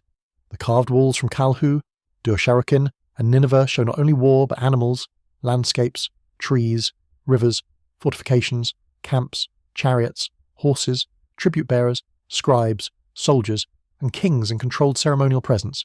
Even when the scenes are violent, they are technically sophisticated and carefully composed. The artists knew how to create rhythm, motion, hierarchy, and detail. A lion dying under royal arrows can feel almost painfully alive. A besieged city can reveal the shape of towers and defences. A line of captives can preserve clothing, hairstyles, and objects from conquered lands. The empire used art for intimidation, but modern historians also use that art as evidence. Assyria wanted to control memory. Instead, it accidentally gave later ages windows into the world it dominated. The library of Ashurbanipal may be the empire's most unexpected gift. In the ruins of Nineveh, archaeologists recovered thousands of tablets and fragments that preserved texts from across the Mesopotamian tradition. Myths, epics, prayers, omen manuals, medical texts, lexical lists, scholarly works, rituals, and royal records survived because Assyria gathered and copied them. The Epic of Gilgamesh, one of the oldest great works of literature known today, reached the modern world in large part through tablets found in Ashurbanipal's collection. This does not soften the violence of the empire, but it complicates the memory. The feared kings preserved voices older than themselves. An empire remembered for cruelty also became a vessel through which ancient thought crossed into the present. That contradiction matters because Assyria is often reduced to one image: the brutal empire, the merciless conqueror, the terrifying army at the gate. That image is not false, but it is incomplete. Assyria was brutal and brilliant, destructive and preservative, disciplined and overextended, learned and merciless, deeply religious and politically ruthless. Its kings could order punishments that shock the conscience, and also commission works of engineering, scholarship, and art that reveal extraordinary capacity. No single explanation fully accounts for this mixture, because human civilizations are rarely morally simple. Assyria forces the modern observer to confront an uncomfortable truth. Sophistication does not prevent cruelty. Administration can make violence more efficient. Learning can serve domination. Beauty can decorate terror. The biblical and later moral memory of Assyria keeps another part of its legacy alive. In traditions shaped by the suffering of Israel, Judah, and other peoples, Assyria becomes a symbol of imperial arrogance and divine judgment.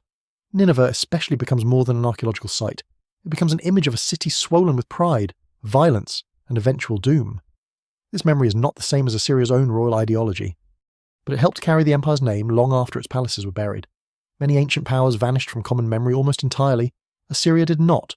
It survived as warning, enemy, marvel, and mystery.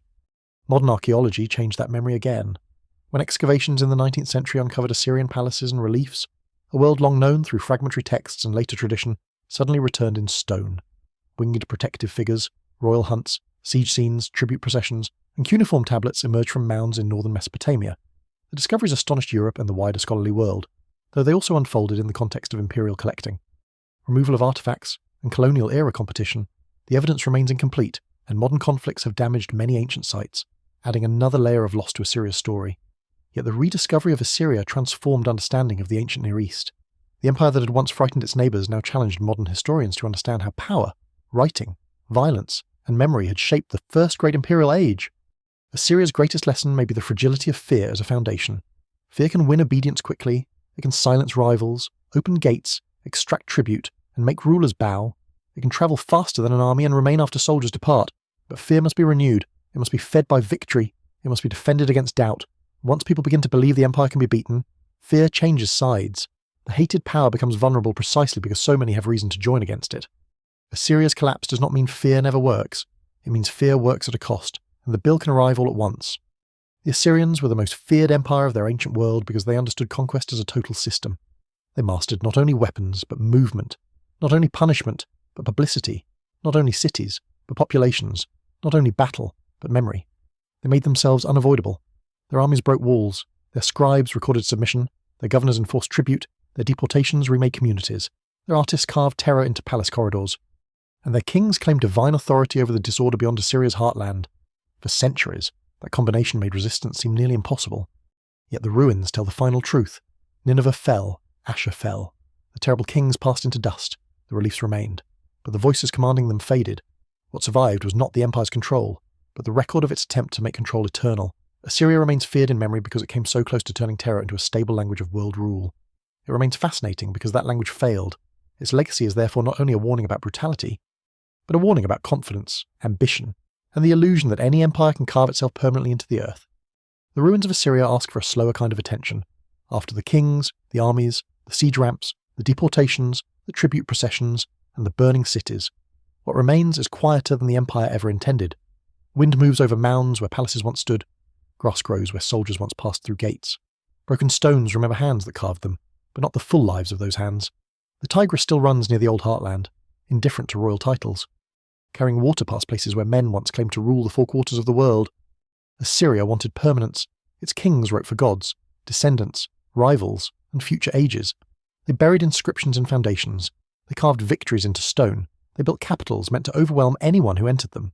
They gathered knowledge as if clay tablets could hold the world still. For a time, it must have seemed that fear itself could become an architecture strong enough to last. Cities surrendered before the army arrived.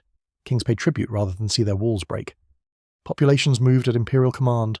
The name Assyria travelled farther than its soldiers, carried by rumour, memory, and dread. But every empire lives inside time, even the ones that pretend not to. The same roads that carry orders can carry news of weakness. The same walls that display victory can become ruins for strangers to uncover. The same terror that silences enemies can teach them patience. Assyria's power was real, and its achievements were immense, but it could not escape the ancient law that all human systems depend on fragile things harvests. Loyalty, succession, belief, labour, weather, memory. And the willingness of people to keep obeying. What lingers now is not only horror, it is complexity. Assyria preserved poems while destroying cities. It built gardens with the wealth of conquered lands. It moved people against their will and, in doing so, reshaped cultures that outlived it. It carved violence with artistic brilliance. It showed how organised a civilization can become, and how dangerous organisation becomes when it serves domination without mercy.